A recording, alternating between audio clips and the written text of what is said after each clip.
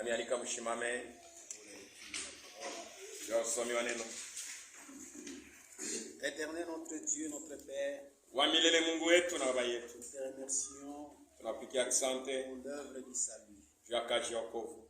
pour la miséricorde que tu as fait de nous. Kwa rehema ile unatufanyishia. Tu nous as rachetés Unatukombola, et tu nous as rendus capables unatuwezesha pour que nous soyons appelés aujourd'hui enfants de Dieu. tupate kuitwa leo watoto ya Mungu. Et aujourd'hui nous sommes devant toi. Na leo tuko mbele yako, Nous te demandons que tu puisses être parmi nous. tunakuomba upate kuwa kati yetu. Moi qui suis un homme, Ni mwenye kuwa mtu, je n'ai rien de bon à moi shina na mambo mzuri ndani yangu. pour parler à ton peuple. Juu nipate kusema na taifa yako. Mets tes paroles de grâce, Weka misemo yako ya neema, afin qu'en parlant, hivi mkusema je kwangu puisse annoncer les oracles de toi. nipate kutangaza maneno yako. Fortifie-moi, Seigneur, Nitie nguvu Bwana, et bénis l'Église nabariki kanisa du début jusqu'à la fin. mwanzo na mwisho. Nous implorons ta grâce Tunaomba neema yako et ta puissance na uwezo yako, au nom puissant de Jésus. mujina ya uwezo wa Yesu Kristo. Amen. Amen. Nous lisons Matthieu chapitre 3 verset 11. Tunasoma Mathayo sura ya 3 mstari wa 11. Moi je vous baptise d'eau Mimi amebatiza kwa pour maji vous amener à la repentance, ya kunifikisha kutoba, mais celui qui vient après moi lakini ule kona kwa nyuma yangu est plus puissant que moi. eko na uwezo wa Je kunishindia. ne suis pas digne de porter ses souliers. Sistahili kuvala vilato vyake. Et lui, Yeye il vous baptisera du Saint-Esprit atamibatiza kwa Roho Mtakatifu et de feu. na moto. Que Dieu ajoute la bénédiction de sa parole. Mungu aongeze baraka kusomewa neno lake. Nous continuons notre sujet. Tukunaendelea mahubiri yetu. Nous parlons maintenant sur le Saint-Esprit. Sasa tukunasemezea kwa Roho Mtakatifu. Alléluia. Amen.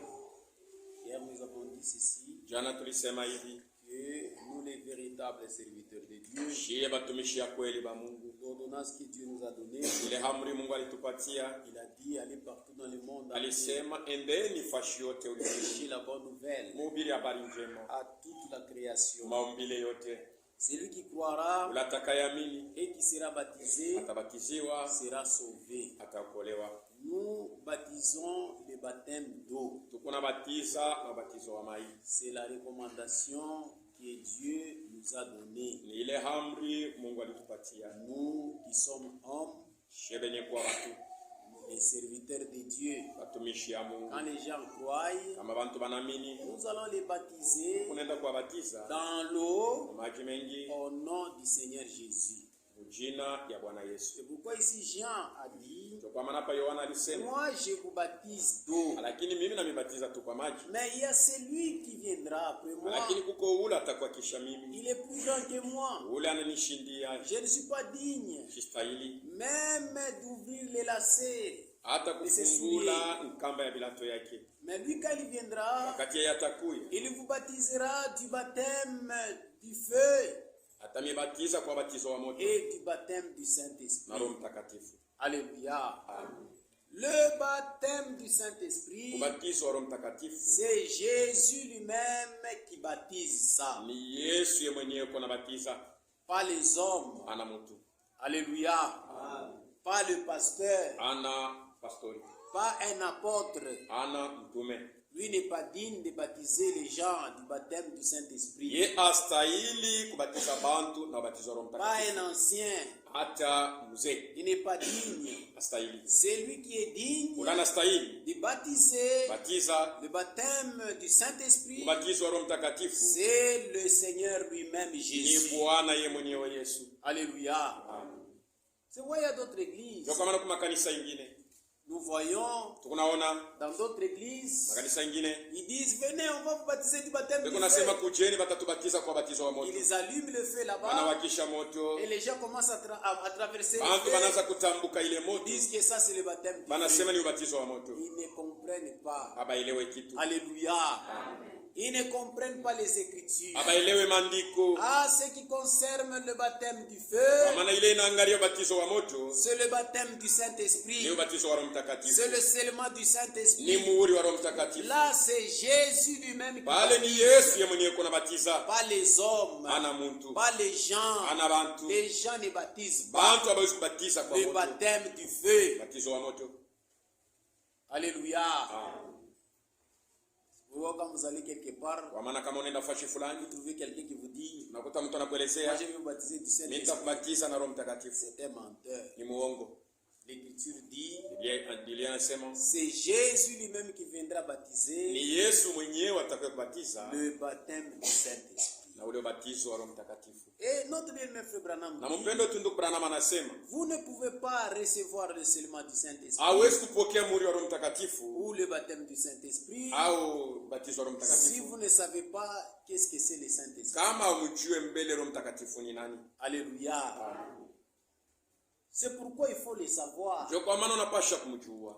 Qu'est-ce qu'il est, Eko nini? qu'est-ce qu'il fait Anafanya nini? dans l'homme quand ça entre. Ndani ya mtu wakati anaingia. Quels sont ses effets? Matendo yake ni matendo gani? Et quand vous le connaissez, Na wakati unamtambua, c'est alors que vous allez l'expérimenter. ndio pale utamuonja. Alléluia. C'est pourquoi nous avons dit, Ndio kama tulielezea. le Saint-Esprit Roho d'abord, Mtakatifu mbele c'est quoi? ni nini? Parce que beaucoup de gens, le Saint-Esprit, Bantu mingi Saint-Esprit, Roho Saint-Esprit. Mtakatifu, Roho Il Mtakatifu, y a Roho d'autres Mtakatifu. personnes qui ne connaissent même pas le Kuko Saint-Esprit. wengine hapa C'est quoi? mjua hata Roho Mtakatifu ni nani. Alléluia. Le Saint-Esprit, Roho Mtakatifu c'est l'Esprit de Dieu. ni roho ya Mungu.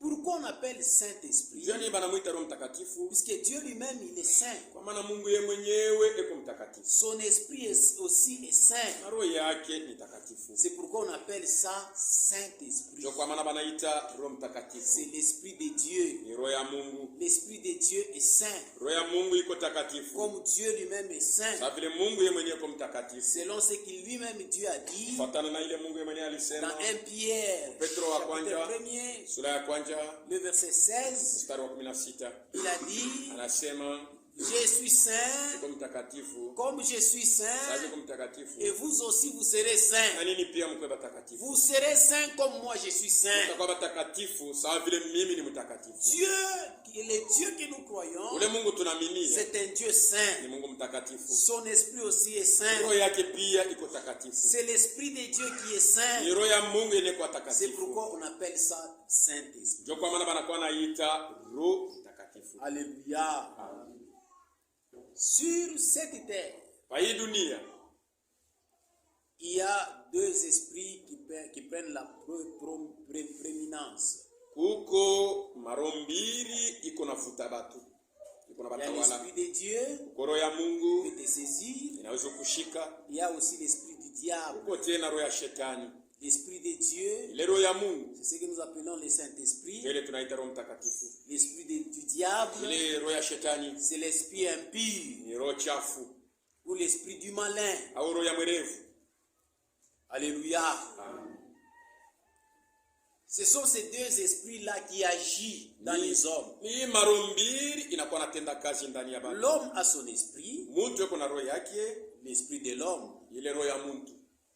tel que nous pouvons le lire dans 1 Corinthiens, Sababu tunaweza kuisoma Korinto wa chapitre kwanza 2. sura ya Il est pili. écrit, Anaandika kwamba lequel de l'homme peut parler les choses de l'homme si ce n'est que l'esprit de l'homme qui est en lui. ni nini ya mtu inaweza kusema mambo ya mtu isipokuwa roho ya mtu inakuwa ndani ya mtu. Nous avons l'esprit humain. Tuko na roho ya mtu. C'est pourquoi nous nous comportons comme des hommes. Sasa vile tuko natenda sawa vile batu. Maintenant, le deux esprits Sasa ile maro mbili vient s'incarner dans les hommes. iko na kuya kufanya makao ndani ya bantu. Et si ça s'incarne dans les hommes, Kama inaingia ndani ya mtu, ça pousse l'homme à agir d'une manière à d'une autre. iko na sukuma mtu atende namna moja wala namna nyingine. Alléluia. Amen.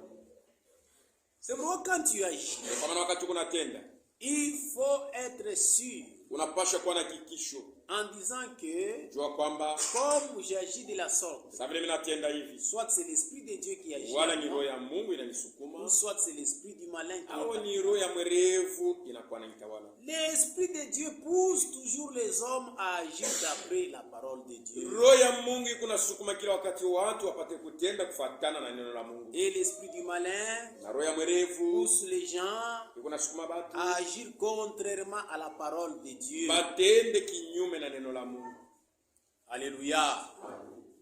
C'est pourquoi quand tu agis d'une manière Ndio kwa maana wakati uko natenda namna moja ou d'une autre, au namna nyingine, tu dois aussi vérifier c'est quel esprit qui Unapasha t'anime. kuangalisha mzuri ni roho gani Ou inakutawala. soit c'est l'esprit de Dieu, Wala ni roho ya ou Mungu soit c'est l'esprit du diable. au ni roho ya shetani.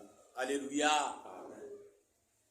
Nous ne voyons pas ce qui est au fond de l'homme. Shi hatuwezi kuona mambo yenye kwa ndani ya roho ya mtu. Pour voir ce qui est dans l'homme, Tutupate kuona kile kiko ndani ya mtu. nous le voyons par les actes Tunakiona kupitia matendo yake ou par les paroles. au misemo yake. Quand tu parles, Wakati tunakuwa nasema, c'est alors que nous saurons ce qui est en toi. ndio pale tutatambua ile inakuwa ndani ya roho Nous yako. saurons c'est quel esprit qui t'anime Tutajua ni roho gani kuna kutawala quand tu parles. wakati tunakuwa nasema. Alléluia. Quand tu agis, Wakati unatenda, c'est alors que nous savons ni pale que tunajua cet homme c'est un enfant de ya kwamba Dieu, huyu mtu ni mwana wa ou Mungu cet homme c'est un enfant du diable. au huyu mtu anakuwa ni wa shetani. Alléluia. C'est pourquoi il faut faire attention à Ndio kwa maana tunapaswa kufanya angalisho mkutenda kwetu. Les gens peuvent te déclasser Bantu banawezi kukatala par rapport au jugement qu'ils peuvent émettre sur toi. kufatana na ile jugement banaweza kufanya juu yako. Ils peuvent dire, ah, celui-ci il est déjà sauvé. Banaweza kusema Celui-ci yashaokolewa, c'est l'esprit du diable. huyu qui ni roho t'anime. ya shetani kuna mtawala. Alléluia. Amen. Donc nous devons faire attention. Tunapaswa kufanya angalisho. Alléluia. Amen. Et nous avons dit ceci. Na tulisema hivi, Toute œuvre de l'éternel, kazi yote ya wamilele ça s'accomplit iko par natimilika la puissance kwa uwezo de son esprit. ya roho yake. Toute œuvre de l'éternel, Kazi yote ya wamilele, tout ce que l'éternel peut faire yote ya wamilele comme anizofanya son œuvre, sawa kazi ça yake s'accomplit iko par la natimilika puissance kwa uwezo de son esprit. ya roho yake. Alléluia. Amen. L'œuvre de l'éternel, Kazi ya wamilele c'est l'esprit qui vivifie son œuvre. ni roho ndio iko natia uzima ile kazi ya wamilele. Alléluia. Amen. Et nous avons lu dans Romains chapitre 14. Na tulisoma mu Roma 14, tunaweza isoma tena. Verset 17. Tuanzie kwa mstari wa 17. Car le royaume de Dieu, Kwa maana ufalme wa Mungu ce n'est pas le manger et le boire. ana kula na kunywa. Ça, ce n'est pas le royaume des cieux. Hii haina ufalme wa mbingu. Alléluia. Amen. Beaucoup de gens, Watu mingi ils se trompent. banakuwa nadanganyika, Ils pensent que banawazia kwamba quand nous faisons une communion fraternelle, wakati tunafanya ushiriki wa kinduku nous mangeons, na kula meza ya Bwana tunakunywa, ça s'arrête par là. Non. inashomia pale hapa. Le royaume des cieux, ce n'est pas comme ça. Ufalme wa mbingu hauna vile. C'est pourquoi n'entrez pas dans Kwa maana un endroit ici mshingie hapa pour dire que quand j'étais malade, ndio kusema wakati ou nigonjwa quand je suis malade, au wakati nitagonjwa, beaucoup de gens viendront bantu mingi batakuya me regarder. kunifariji. C'est une portion de la parole, mais ça Ni c'est sehemu ya neno, ila ina ufalme. même les païens font ça. Hata mapagano wanafanya vile. Alléluia. C'est pas manger et boire Haina kukula na kunywa ou faire des œuvres sociales au kufanya matendo ya et nous kusaidia. pouvons dire que c'est ça le royaume des cieux. Ndio Non. tutasema ufalme wa mbingu hapana. Sinon, tu déraperas un jour. Kama waamini vile utaponyoka siku Un moja. jour, tu tomberas malade. Siku moja Tu ne utagonjwa vois personne. aone mtu. Alors tu diras que Sasa utasema ah, kanisa kwamba bana mbando wana mapenzi. dans cette église nyapala Parce que toi Mungu. tu t'attendais Kwa maana ulikuwa unaongojea à une œuvre sociale. kazi moja kusema Le royaume bandu des kwa cieux, c'est pas kusaidia. ça. Lakini ufalme wa mbingu hauna C'est vile. pourquoi ici l'Écriture dit Ndio kwa maana pandiko le inasema royaume de Dieu ce n'est pas le manger et le boire, basi ufalme wa mbingu haina kula na kunywa, mais plutôt lakini le royaume de Dieu ufalme wa mbingu c'est la justice. ni uwaki. Alléluia. Amen. La justice vient de sa parole. Uwaki inatoka kuneno lake. Alléluia. Amen. Le royaume de Dieu Ufalme wa mbingu c'est la ni paix. salama. Quand tu es sauvé, Wakati unaokolewa, Dieu va te donner la paix du cœur. Mungu atakupatia salama ya roho. Tu n'auras pas une condamnation. Hautakuwa na hukumu ndani La yako. paix du cœur va te Salama remplir. ya roho itayala ndani Le yako. royaume des cieux, Ufalme wa mbingu c'est la ni joie. furaha. Alléluia. Tout celui qui est sauvé, Ule yote anaokolewa, même s'il n'a pas à manger, hata kama ana chakula, même s'il n'a rien, hata kama na kitu, il sera toujours hata joyeux. kwa kila wakati na furaha. Alléluia.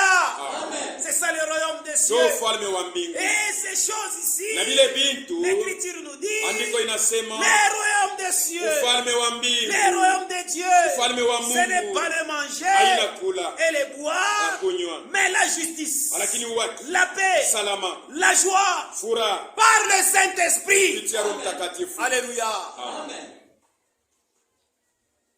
C'est par le Saint-Esprit Ni kupitia Roho Mtakatifu que Dieu accomplit son œuvre dans son royaume. ndio Mungu anakuwa anatimiza kazi yake ufalme wake. Alléluia. Amen.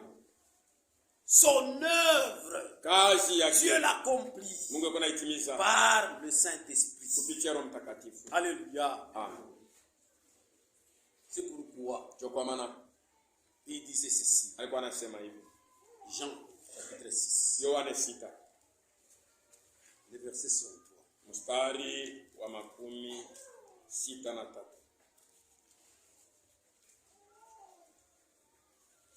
C'est l'esprit qui vivifie, Ni roho inakuwa natia uzima, mais la chair ne sert de rien. lakini mwili haina tuna kazi. Les paroles que je vous dis Ni maneno nakuwa namielezea, sont esprit et vie. ni maneno yenye kuwa roho na uzima. Alléluia. Amen.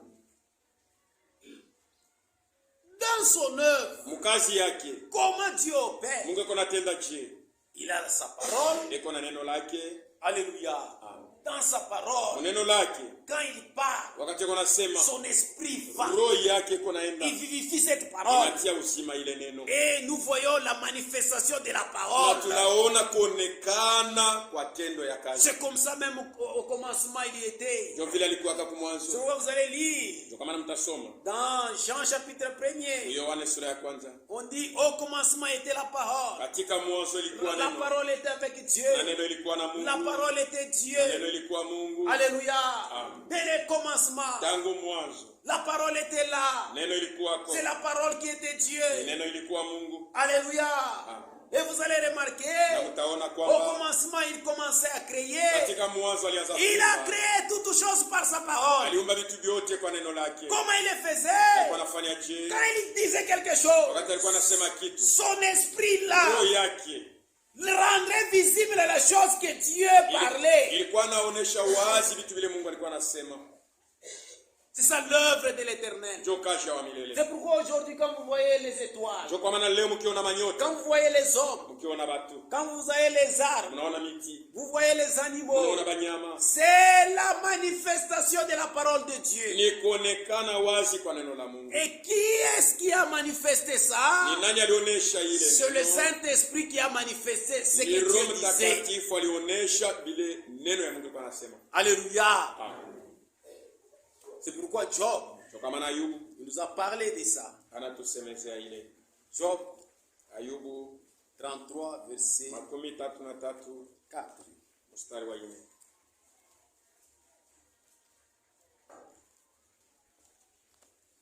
Bien-aimé Job Mpendwa Ayubu 33, 33 le verset 4.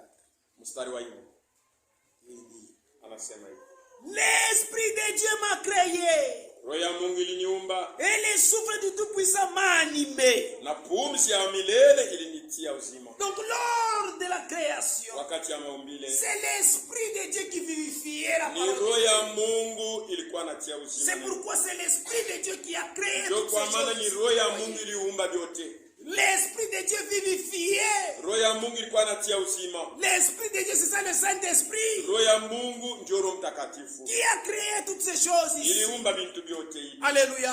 Amen. Et nous les hommes, Na shie bantu la Bible dit, Biblia inasema c'est l'Esprit de Dieu qui m'a créé. roho ya Mungu iliniumba Et le souffle du Tout-Puissant m'anime. na ile pumzi ya milele Quand ndio Dieu inanifanya a créé kuishi. l'homme, Wakati Mungu aliumba mtu, lui-même Dieu, yeye mwenyewe Mungu il a mis son souffle. aliweka pumzi yake. Alléluia.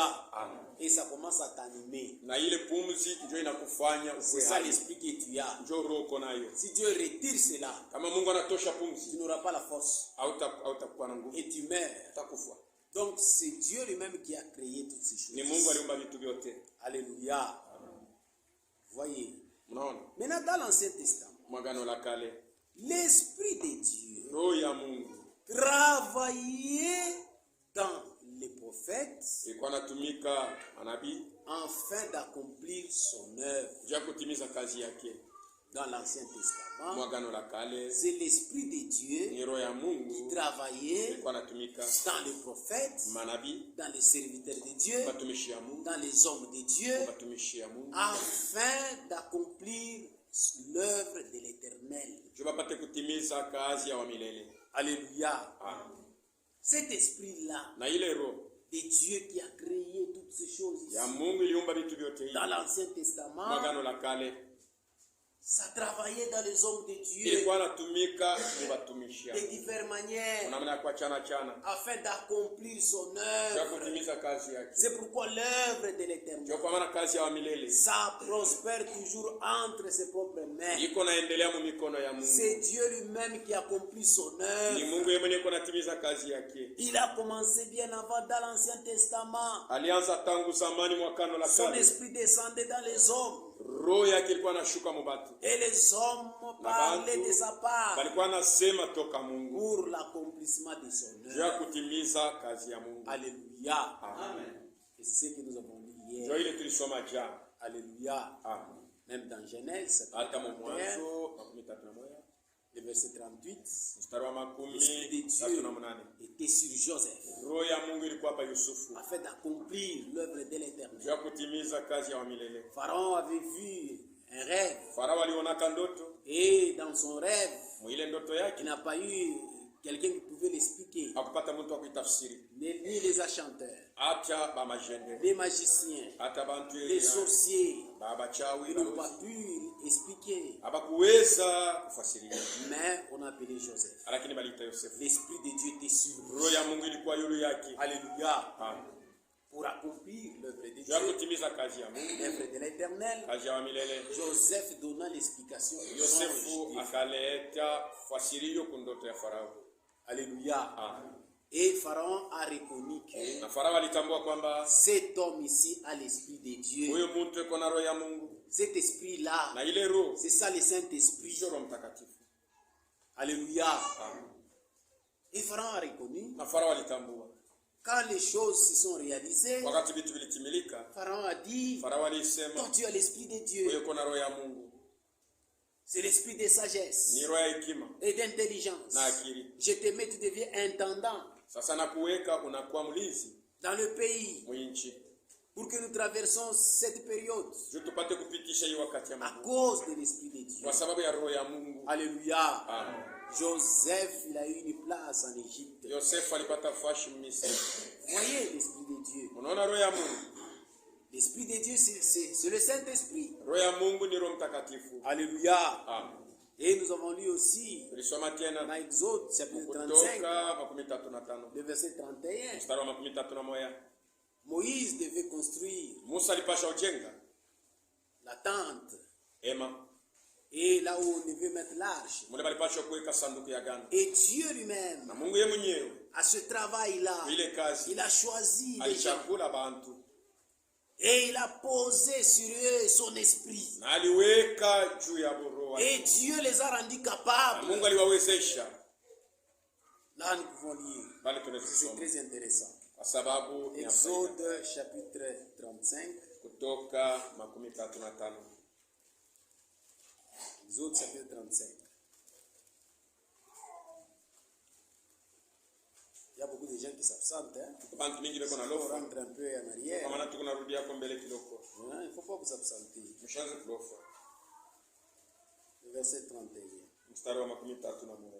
Moïse dit aux enfants d'Israël, Musa akaambia wana wa Israeli, sachez-le que l'Éternel a choisi Betsaël, mjue ya kwamba Mungu alichakula Betsalili fils d'Uri, mwana wa Uri, fils de Hu, mwana wa Hiri de la tribu de Juda. wa kizazi cha Yuda. Il a rempli de l'Esprit de Dieu. Alimujaza na roho ya Mungu. Alléluia. Amen. En d'autres termes, il a rempli du Saint-Esprit. Anamujaza na Roho Mtakatifu. Alléluia. Amen. L'Esprit de Dieu, Roho ya Mungu c'est ça le Saint-Esprit. ndio Roho Mtakatifu. Alléluia. Amen. Il a rempli de l'Esprit de Dieu, alimuyaza na roho ya de Mungu, sagesse ya hekima, et ya d'intelligence, akili, de savoir toutes sortes d'ouvrages. juu ya kujua kutenda kazi yote.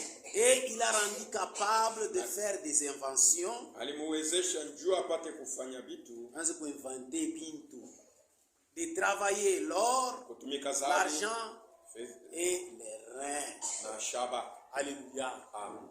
Frère, Donc, dans l'œuvre de l'Éternel, mukazi ya wa milele, si Dieu veut t'utiliser, kama Mungu anapenda kutumikia, il va te combler de son esprit. atakujaza na roho Et yake, c'est son esprit na ni roho qui yake te rendra capable. itakuwezesha. Alléluia. Amen. C'est pourquoi hier nous avons dit, Ndio kwa maana jana tulisema, nous les serviteurs, shie batumishi, vous qui vous dites que vous êtes serviteurs, mwe mnasema mko watumishi, n'imitez pas les ministères, mushikwe nafuatilisha huduma, n'imitez pas les hommes, mushikwe nafuatilisha bantu, ne voudrez pas entrer dans le ministère par vous-même. ushitafute kuingia mu huduma kwa wewe mwenyewe. Non, non, non, non, Hapana. non. Si Dieu vous appelle Kama Mungu anakuita à une œuvre donnée, kazi fulani, Dieu va te combler de son esprit Mungu atakujaza na roho yake et il va te rendre capable. na atakuwezesha mkazi. Alléluia. Amen.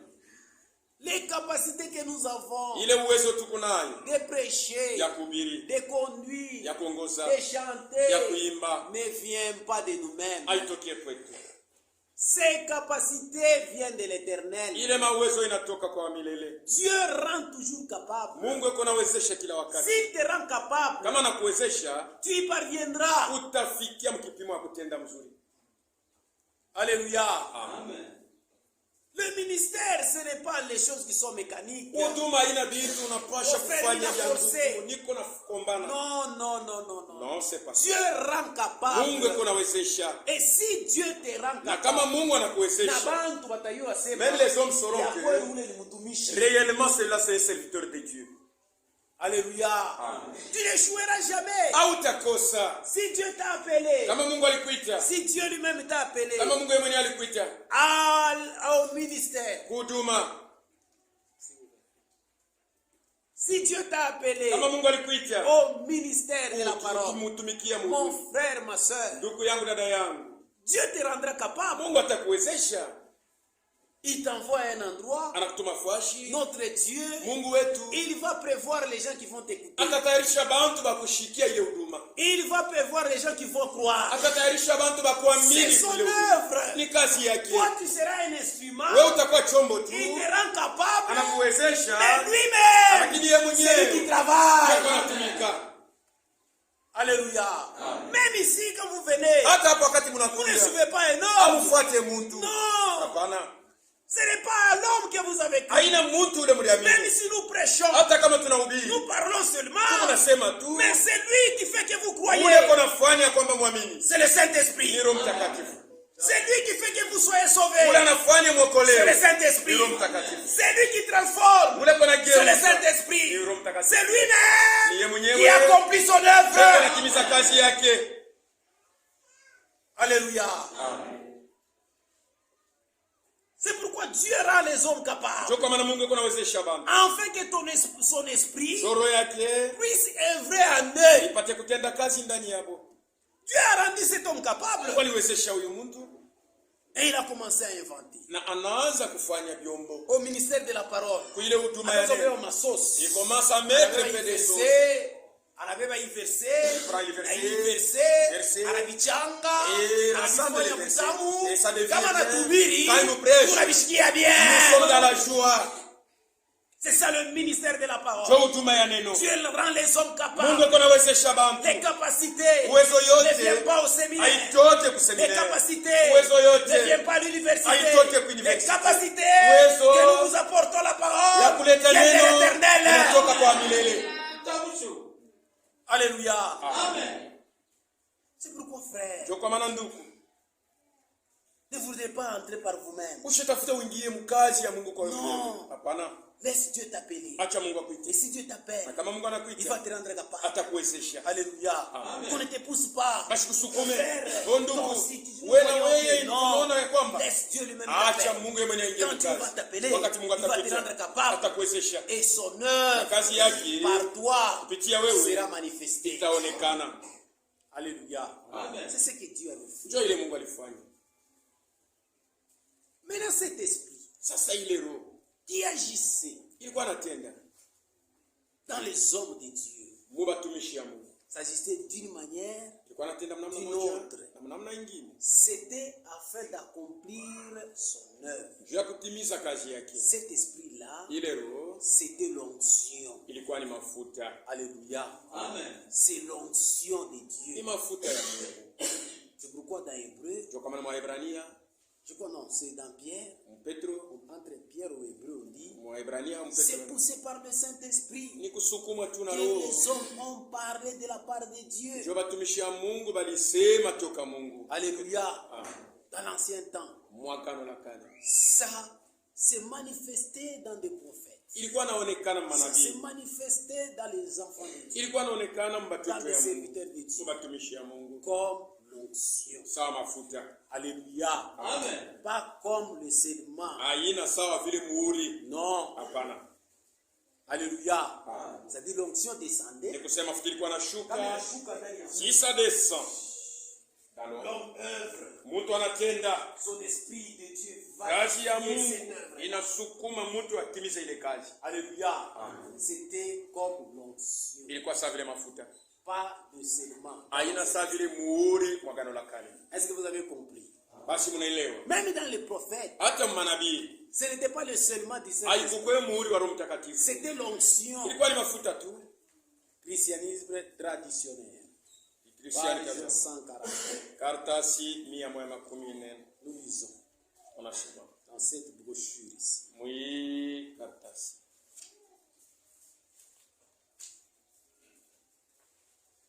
Paragraphe 2.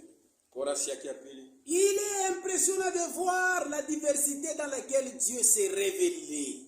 Yiko ya kushangaisha sana kuona mahali ya kuachana chana Mungu alikuwa anaonekana. Donc, dans l'Ancien Testament, C'est-à-dire mwagano la il y a kale plusieurs diversités que Dieu s'est révélé ilikuwa mahali mingi ile Mungu alikuwa dans anajifunula les hommes de Dieu. mubatumishi ya Mungu. L'Esprit de Dieu Roho ya Mungu venait comme une onction sur les prophètes de l'Ancien Testament. ilikuwa nakuya kama vile mafuta yule ya manabii agano la kale. Alléluia. Amen. Ce n'était pas le seulement. Haikukwe muri.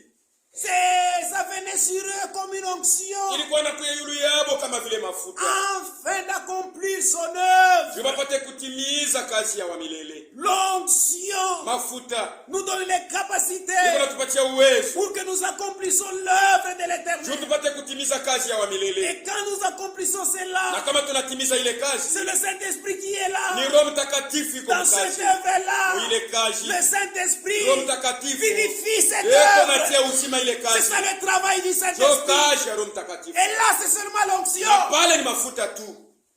C'est pourquoi vous qui prêchez, Ndio kama na mwebale mnakuwa na ubiri. vous qui chantez, Mwebe ilikuwa na vous qui imba. prophétisez, Mwebe ilikuwa na vous qui tabiri. accomplissez l'œuvre de Mwebe l'éternel. ilikuwa natimiza kazi ya wa milele. Ce n'est pas en accomplissant l'œuvre de l'éternel Haina mkutimiza kazi ya wa qui milele. est l'évidence que vous êtes un enfant de Dieu. Tuhakikishe ya kwamba uko mwana wa Mungu. Tu peux accomplir l'œuvre de Unaweza l'éternel. kufanya kazi ya wa milele. Mais sous ton cœur Kama moyo wako n'est pas encore haina sauvé, yenye kuokolewa, tu seras perdu. utapotea. Alléluia. Vous voyez, Naona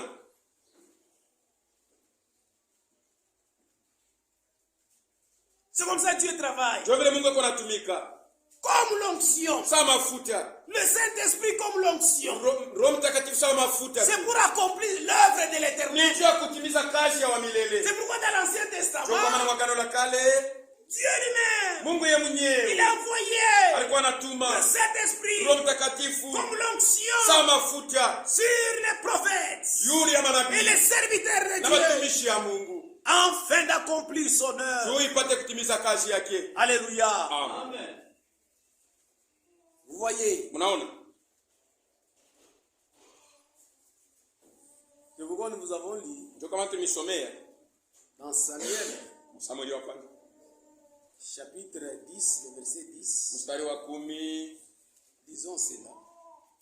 Samuel 10. Samueli 10. 1 Samuel. Samueli wa kwanza Chapitre 10. sura ya 10.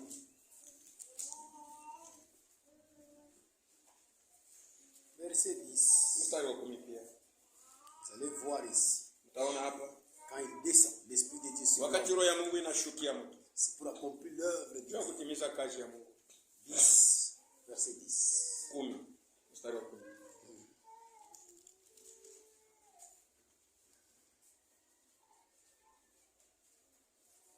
Par d'Isaïe, Ndio nasemea Sauli. l'Esprit de Dieu est sur lui. Roho ya Mungu ilimshukia.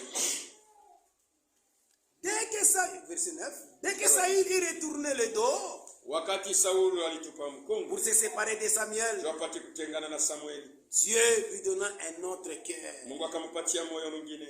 Alléluia. Amen. Et tous les signes, Na maalama yote ça s'accomplit. ikatimilika mpaka ile siku moja moja. Lorsqu'ils arrivèrent à Gerba, Wakati akafika kugibea, voici une troupe de prophètes tazama nkundi ya manabii vint à sa rencontre ikakuya kupatana naye. et l'Esprit de Dieu les saisit. Roho ya Mungu ikamshika. Alléluia. Amen. Il prophétisa au milieu d'eux Akatabiri kati yabo. et tous ceux qu'il avait connus, Na wale wote walimtambuaka mbele il wakaona prophétisait ya kwamba alikuwa anatabiri avec les prophètes, na manabii. ne se disaient l'un à l'autre, Walikuwa nasema moja dans na le mwingine peuple, mtaifa. qu'est-il arrivé au fils de Kis? Basi ni nini nafikia mwana wa Kisi? Saïl est-il aussi parmi les prophètes? Basi Sauli naye pia anakuwa mmoja wa manabii. Alléluia. Amen. Il a prophétisé. Alitabiri. Quelqu'un Mtu de Giba wa Gibea répondit, akajibu, qui est leur père? shamba yabo ni nani?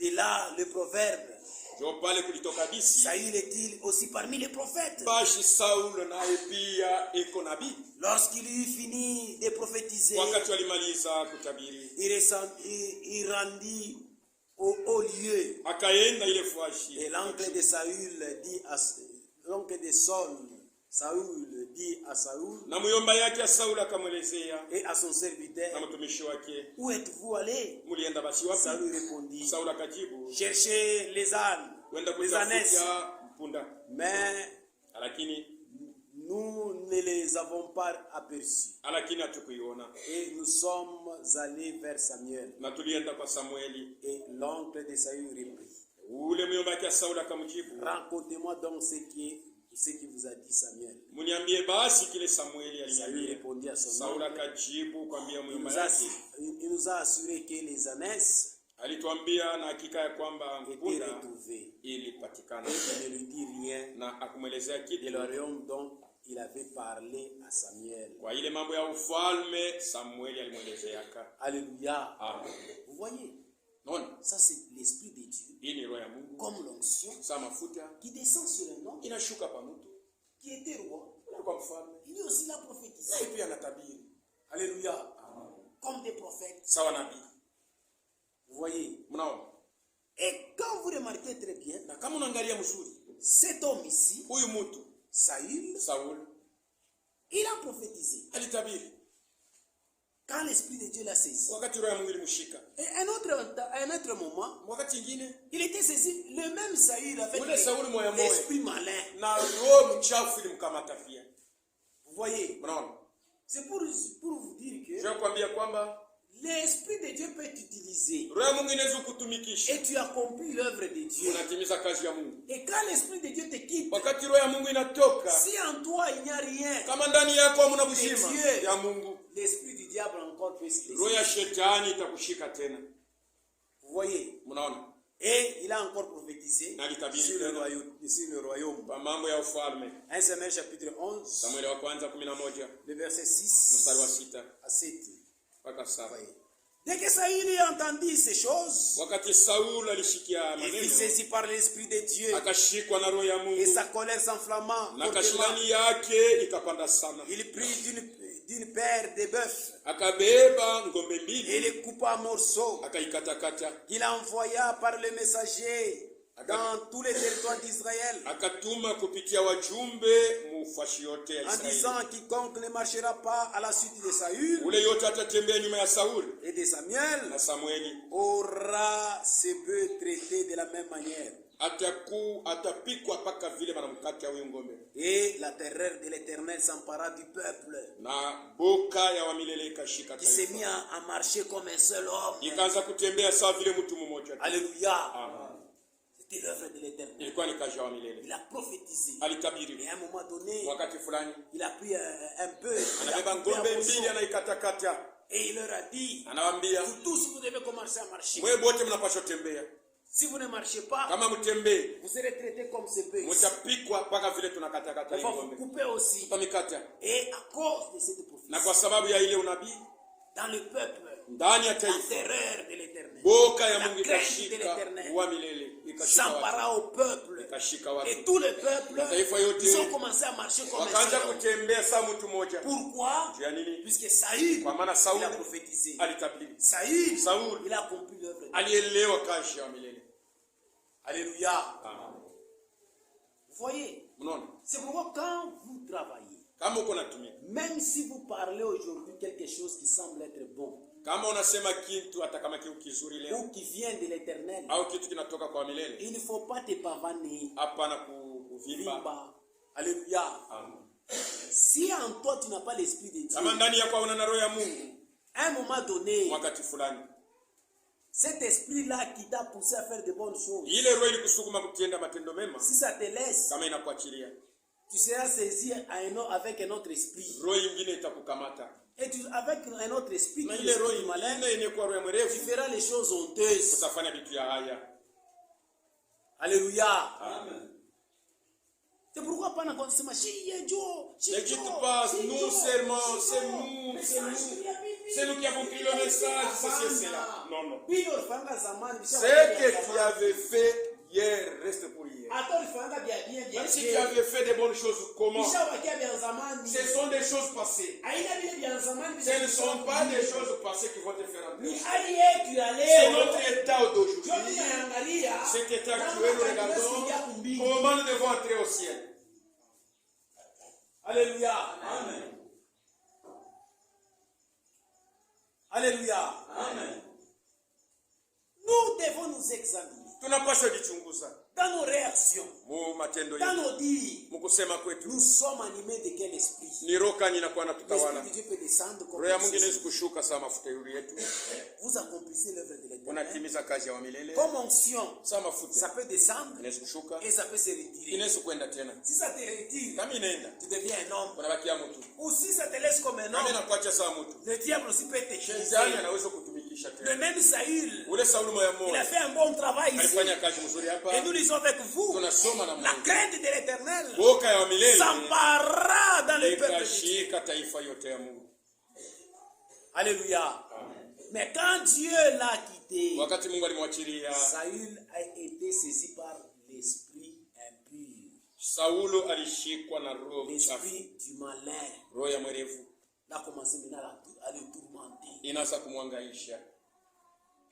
Vous voyez, une même personne, Mtu moya moya, un même homme, mtu moya moya, le Saint-Esprit utilise, Roho Mtakatifu anamtumikia, et après, na kisha le malin vient aussi l'utiliser. mwerevu anakuya pia kumtumikia. 1 Samuel chapitre 6. Samueli wa kwanza 16.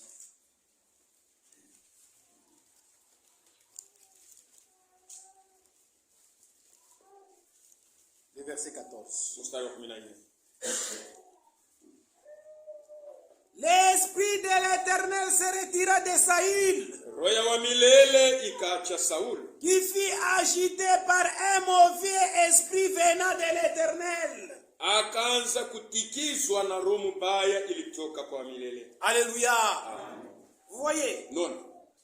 le Saint-Esprit s'est retiré Roho Mtakatifu inenda. et il fut maintenant agité par un mauvais esprit. Sasa roho ingine mbaya inakuya kwake. Quand on dit un mauvais esprit venant de l'Éternel, Wakati wanasema roho mbaya inatoka kwa ce milele, n'est pas dire que c'est Dieu qui donne cette... hainasema ni Mungu yuko analeta ile roho mbaya. Non, Hapana. c'est la traduction seulement. Ni mageuzo tu. C'est-à-dire, Ni kusema Dieu se retire à toi Mungu anatoka kwako, et il permet que le diable puisse t'utiliser. Unajisikia kwamba shetani yakuwe sasa kutusikia. Puisque ton cœur est fort. Sa moyo wako kumbaya. Alléluia. Amen. Frère, mambo ya Mungu mtu naingia hapo. Bienvenue dans les choses de Dieu. Kitu kile mtu ampashi miambia. C'est que nous devons vous dire. Contrôlez roho yako. Vérifie bien ton cœur. Là, nous sommes dans la véritable parole. Si ton cœur n'a jamais expérimenté les salut, tu feras les choses honteuses. Alléluia. Amen. Et tu peux manquer même l'enlèvement. Nous connaissons bien. C'est pourquoi il nous révèle sa parole. Nous ne soyons plus dans la confusion. Alléluia. Amen. Et ça dit, a commencé à être agité par le mauvais esprit. Si l'esprit de Dieu se retire à toi, tu seras agité par le mauvais esprit. Alléluia. Et tu commences à parler le mal contre les frères. Tu commences à parler le mal contre l'église du Dieu vivant. Tout celui qui parle mal contre les frères, contre l'église du Seigneur, ça ce n'est pas l'esprit de Dieu, c'est l'esprit du diable, c'est l'esprit du malin. Alléluia.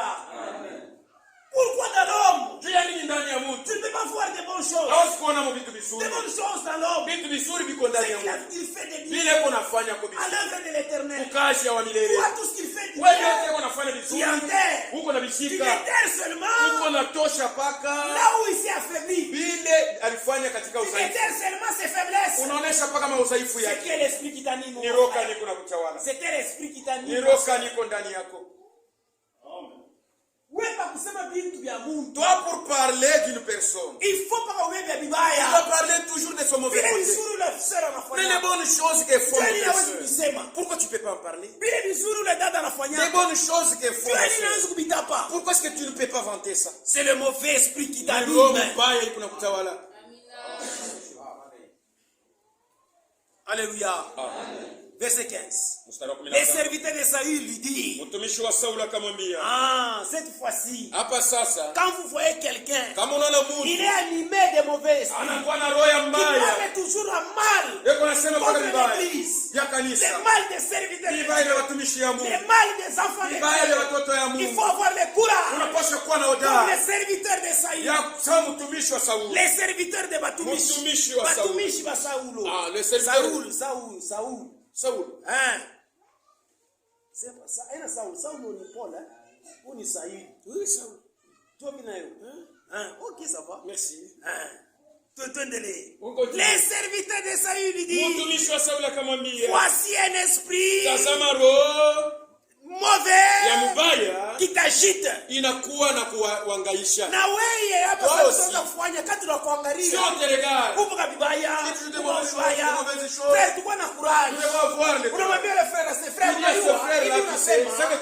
ni mauvais esprit. Inakushika. Il faut qu'on a courage. Unaona tu kwa dada. Tu vas la sœur. Unafika kule. Tu arrives là-bas. Anaweza kuonesha kwa vitu vibaya. Elle commence à te dire c'est pas de mauvaises choses. Sois courageux. Naomba sema dada. Qui a la sœur. Na hivi tunanyonyesha. Connais ce que tu me dis. Haina roho ya Mungu. Ce n'est plus l'esprit de Dieu. Ni roho ya shetani. C'est l'esprit de Satan. Ni roho ya muovu. C'est l'esprit du malin qui t'a saisi. Comment tu peux parler avec un frère? Tu parles avec une sœur. Donc son cœur, il ne sait plus vraiment venir à l'église. Tout ce que tu m'as dit. J'ai même pris la force d'aller à l'église. Il prend le vélo, il va au chien. C'est l'esprit de Dieu qui était sur toi. Il dit à quelqu'un, il devient pesant pour ne plus aller à l'église. Ça c'est l'esprit du malin.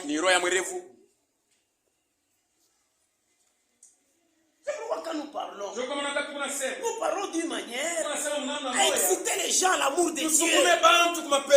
Alléluia.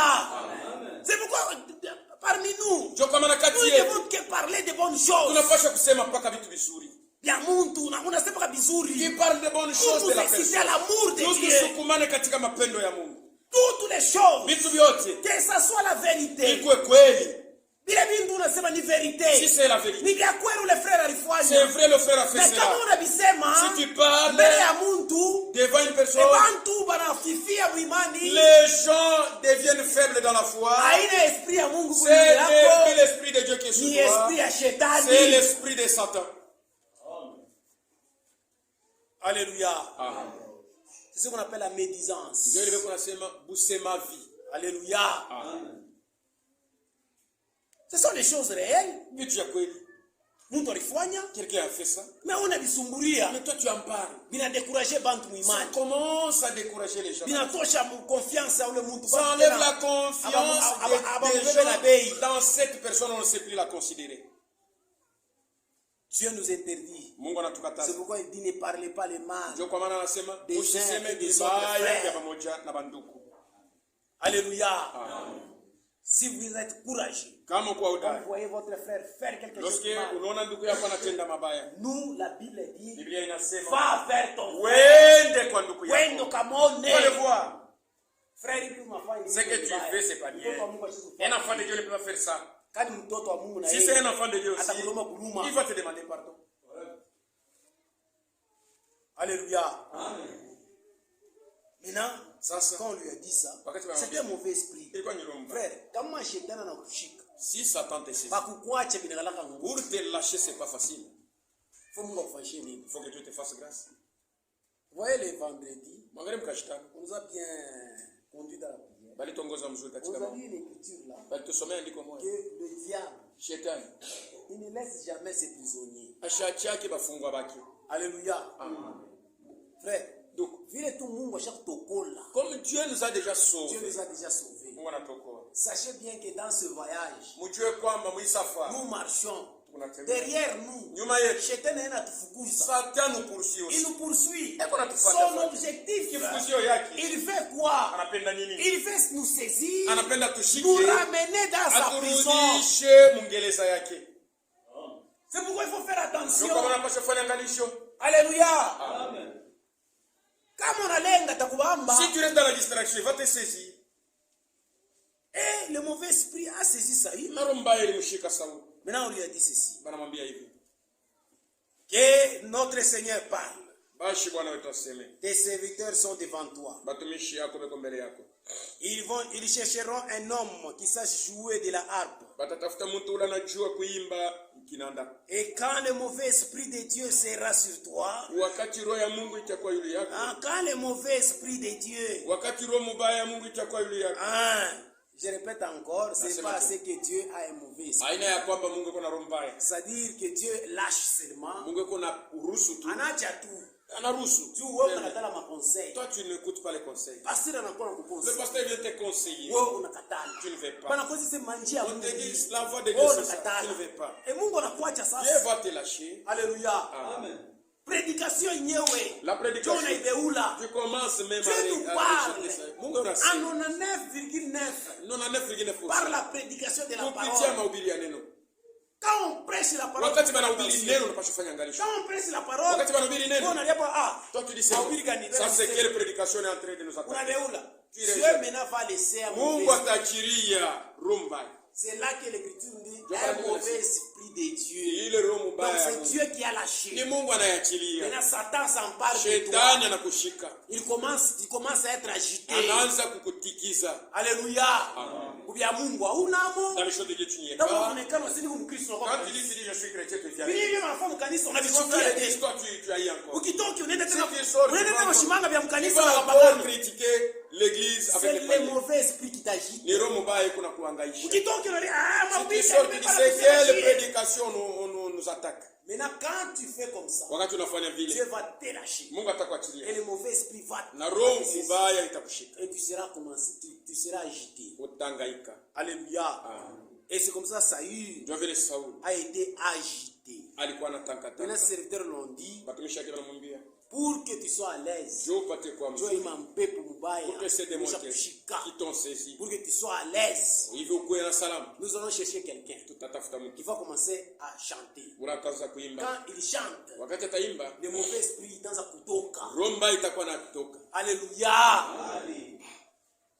Saül répondait à ses serviteurs. Sauli akajibu batumishi yake, Trouvez-moi donc un homme "Munitafutie bashi mtu qui joue bien, amenez-le-moi.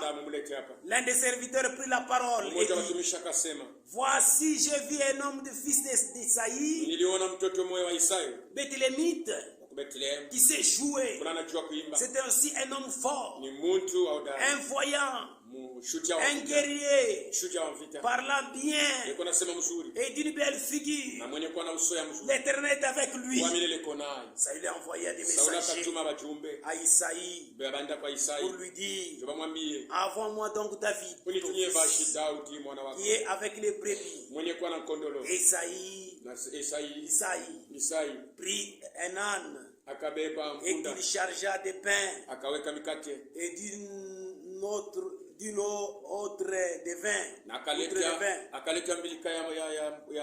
et d'un chevreau.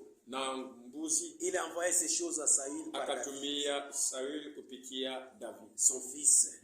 David arriva auprès de Saül, se présenta devant lui, et il plut beaucoup à Saül. Et il fut désigné pour porter ses armes. Et Saül fit dire à Isaïe, je t'ai pris de laisser David à mon service, car il a trouvé grâce à mes yeux. Alléluia. Lorsque l'Esprit de Dieu était sur Saül,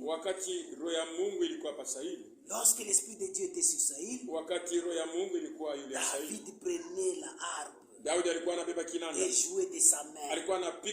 Saül respirait, alors plus à l'aise, et il trouvait soulagé. Et le mauvais esprit s'est retiré de lui. Alléluia. David,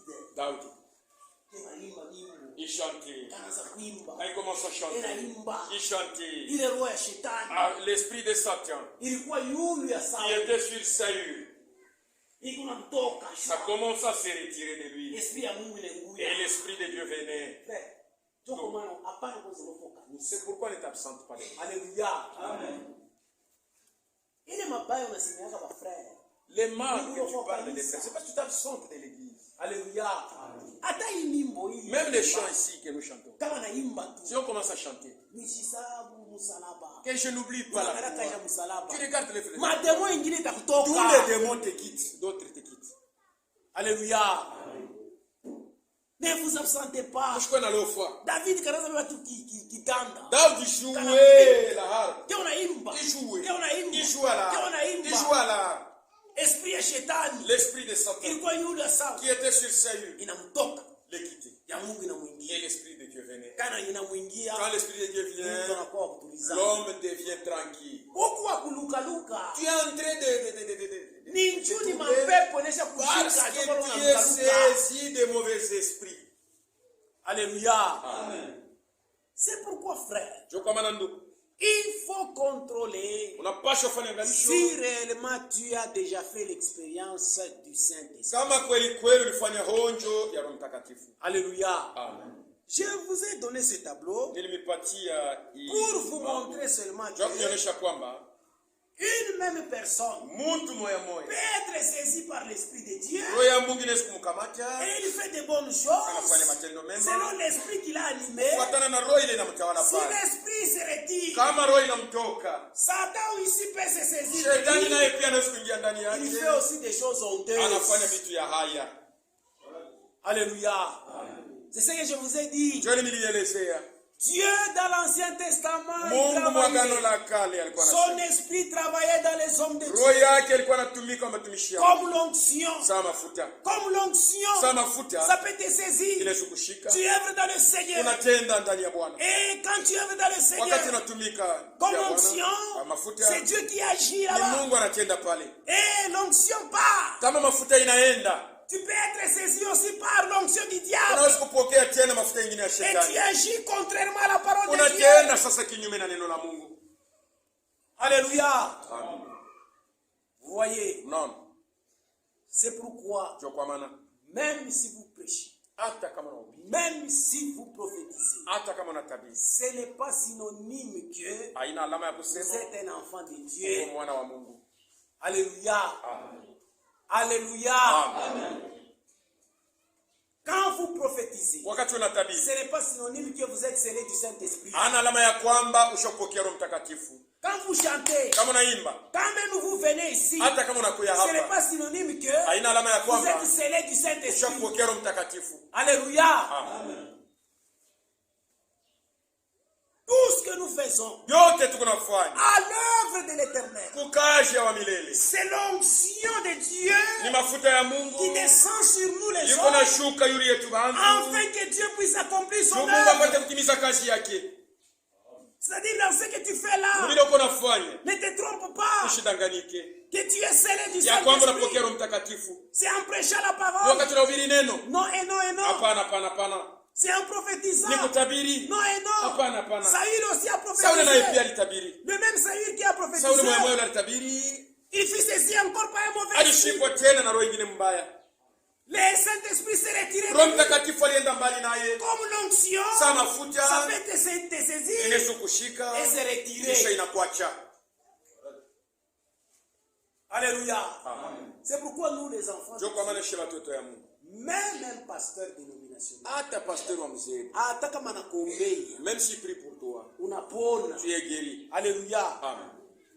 Ce n'est pas lui qui t'a guéri. Aina yana kutunza. Nous les hommes, nous ne guérissons pas. Shie bantu atutunza. Alléluia. La guérison, ce n'est pas nous les hommes. Matunzo haina shie Même dans bantu. cette église, Hata mwe kanisa. ce ne sont pas les hommes qui guérissent. Haina bantu beko na tunza. C'est lui qui guérit. Ule kona tunza. C'est Jésus-Christ. Ni Yesu Kristo. Alléluia. Alléluia.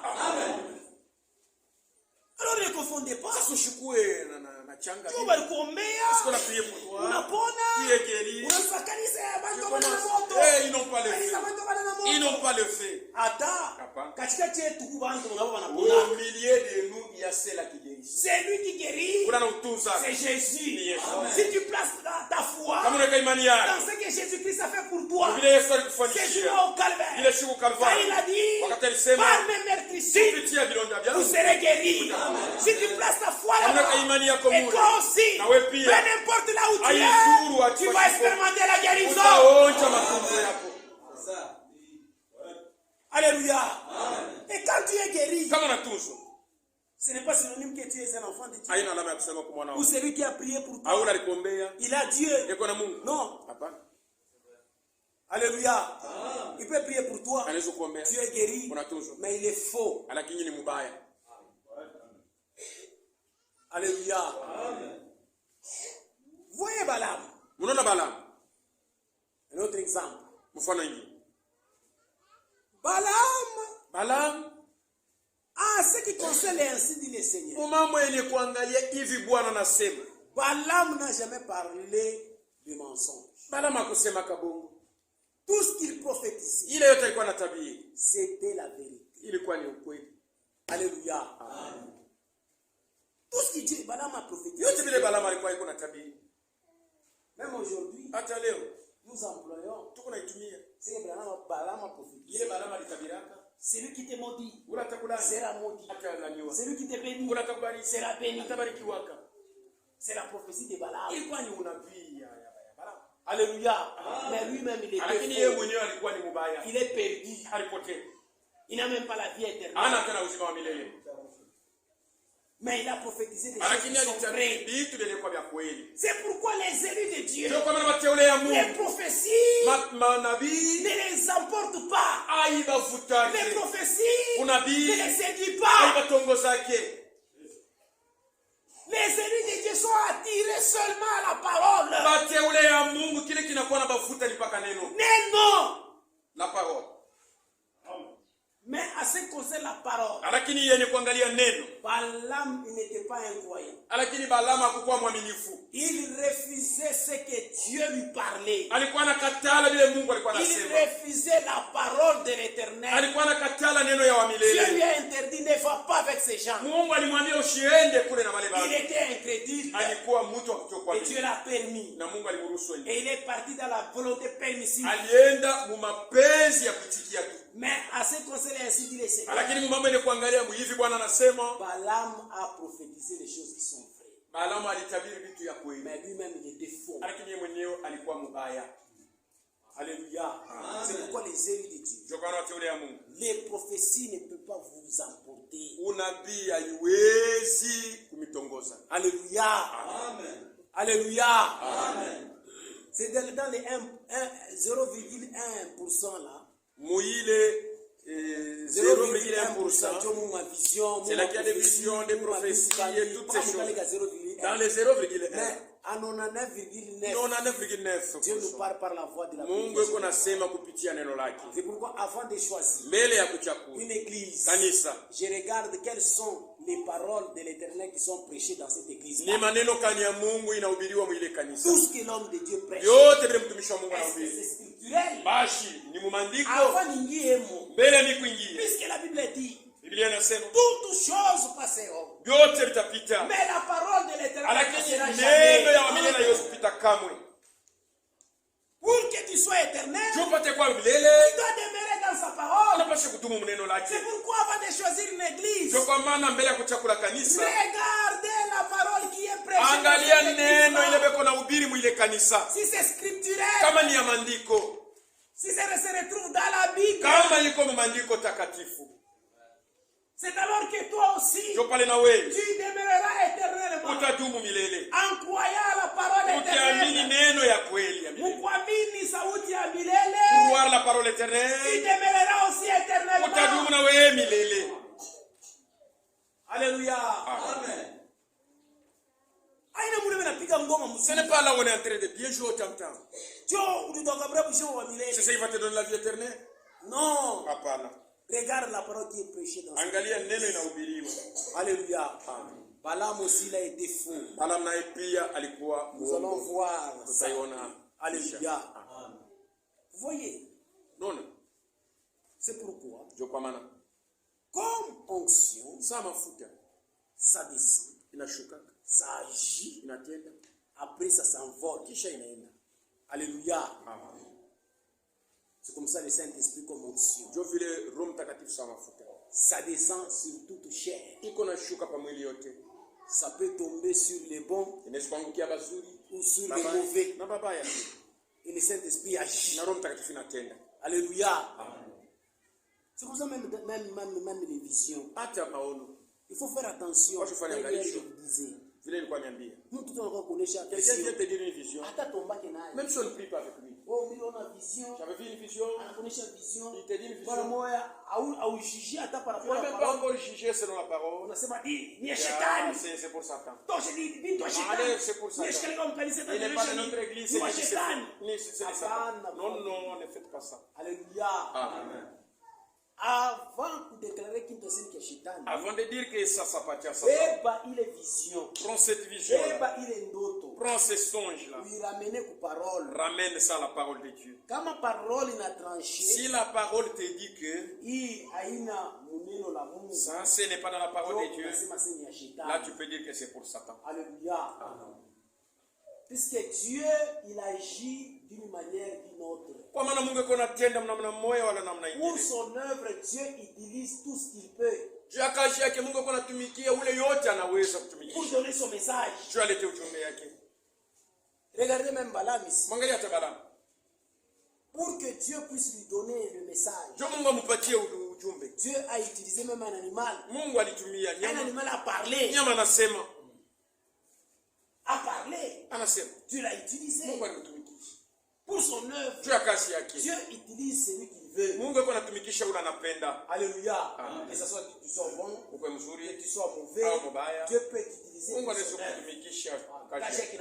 Et son travail c'est fait, c'est fini. Ne faut pas rejeter ou bien dénigrer le travail de Dieu. Quand tu dénigres le travail du Seigneur, c'est là le péché contre le Saint-Esprit. Puisque le Saint-Esprit agit, toi tu commences à appeler ça démon. Tu vas pécher contre le Saint-Esprit. Et tout celui qui pêche contre le Saint-Esprit, c'est pourquoi je vous ai dit, mon principe à moi, mon principe, il est que j'ai toujours, j'aime toujours, soit nite kwata bintu bya shetani asiri bya Mungu. Que j'appelle les choses de Satan que c'est de Dieu. Parce que je ne sais pas. Alléluia. Amen. Mais plutôt que nishite bintu wa Mungu asiri bya shetani. Que d'appeler les choses de Dieu que sont les choses de Satan. Alléluia. Amen. Voyez tel que nous sommes ici. C'est pas tout quoi. Nous servons Dieu. Tu commences à dire Satan qui le sait. Ce sont des œuvres de Satan. Pécher contre les Saints-Esprits. Et il n'y aura pas de pardon. Tu peux injurer un homme. Tu iras réparer. Mais si tu pêches contre les Saints-Esprits, il n'y a pas de pardon. C'est pourquoi à l'œuvre de l'Éternel, il faut se réserver. Ne parlez pas. Alléluia. Quelqu'un qui a le Saint-Esprit est entré. Il est des démons. Non. Si c'est le Saint-Esprit qui a. Alléluia. Nous devons faire attention. Le péché contre le Saint-Esprit, il n'y a pas de pardon. Alléluia. Alléluia. C'est pourquoi ce que nous avons lu, le Saint-Esprit agissait de diverses manières. Il parlait, il se révélait, il annonçait beaucoup de choses. Alléluia. Ça est là dans l'Ancien Testament comme l'onction. Alléluia. Il agissait de diverses manières. Alléluia. Mais Dieu avait déjà promis. Alléluia. C'est pourquoi dans l'Ancien Testament, comme l'onction, ça descendait, Dieu leur apportait la parole, Dieu manifestait son œuvre, mais le cœur des peuples était toujours loin du Seigneur. Alléluia. Dans l'Ancienne Alliance, leur cœur était toujours éloigné. Dieu a dit, non, il faut que je puisse conclure avec eux une nouvelle alliance. Alléluia. Il a commencé à annoncer ses promesses. Alléluia. C'est pourquoi par Joël, Dieu avait annoncé qu'après avoir conclu la nouvelle alliance, il enverrait maintenant le Saint-Esprit sur toute chair. Alléluia. Ça c'est Joël, chapitre 2, verset 28.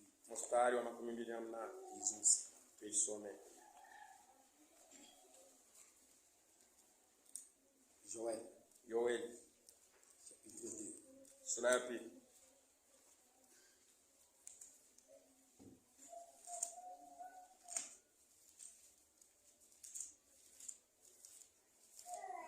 Le verset 28.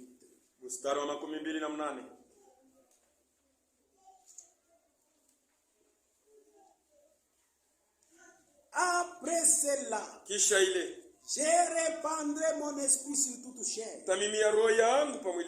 Vos fils, vos filles prophétiseront. Vos vieillards auront des songes. Et vos jeunes gens des visions. Même sur les serviteurs et sur les servantes, dans ce jour-là, je répandrai mon esprit. Alléluia. C'est une promesse que Dieu devait venir accomplir. Alléluia. Sur les serviteurs, les servantes, les fils, les filles de Dieu, Dieu a promis qu'il va répandre son esprit. Alléluia. Et il devait répandre quand? C'est après que le Fils de Dieu d'abord soit venu sur la terre. Le Fils de Dieu,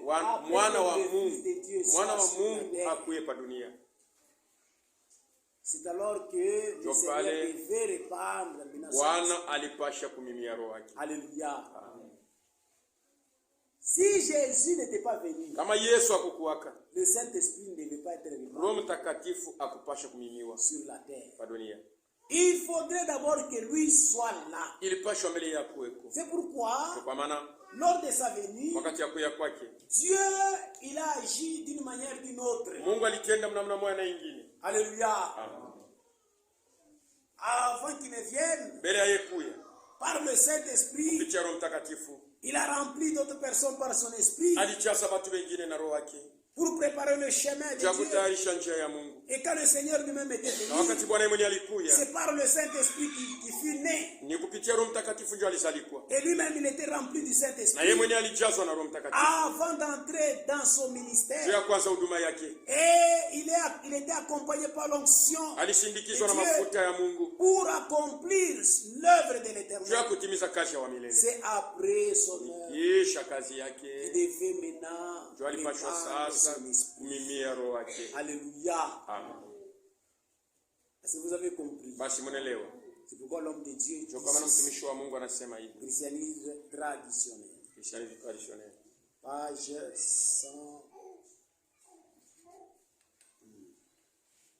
140. Karatasi 114. Le paragraphe 3. Le Saint-Esprit agit de diverses manières. Roho Mtakatifu kunatenda kwa mahali tofauti. Parle, Eko nasema, il révèle, eko nafunula, il annonce. eko natangaza. Il fait beaucoup de choses. Eko nasifanya vitu mingi. Le Fils de Dieu, Mwana wa Mungu, engendré par l'Esprit, ule alizaliwa na Roho, qui était en même temps Fils de l'homme, mwenye kuwa tena mwana wa mtu, reçut le Saint-Esprit ici sur terre alipokea Roho Mtakatifu hapa pa dunia, au commencement de son activité. mwanzo ya kazi yake. Afin de pouvoir Juu apate sasa donner le même Saint-Esprit, ulete roho ya moya, lequel aussi ule tena pia est appelé l'Esprit d'adoption, wanasema ni roho ya kutiwa wana. à tous ceux qui sont nés de Wabale Dieu bote balizalikwa na Mungu et qu'il a racheté. na bala likombola. Alors a eu lieu l'établissement du Fils de Dieu dans son ministère. Ndio pale palifanyika kutiwa mwana wa Mungu mhuduma yake. C'est ici a eu lieu l'établissement des fils et des filles de Dieu Ndio dans leur position d'adoption. Ndio hapa sasa wana na binti wa Mungu walitiwa wana muhali yao ya wana. Alléluia. C'est Jésus lui-même. Ni kusema Yesu yeye mwenyewe Il était né alizalikwa par le Saint-Esprit. kupitia Roho Mtakatifu. Lui-même, Yeye mwenyewe il a été rempli alijazwa par le Saint-Esprit. kwa Roho Mtakatifu. Pourquoi? Juu ya nini? Pour donner aussi Juu apate kuleta tena le Saint-Esprit yule Roho Mtakatifu à tous ceux qui devaient croire en lui. kwa wale wote walipasha kumwamini.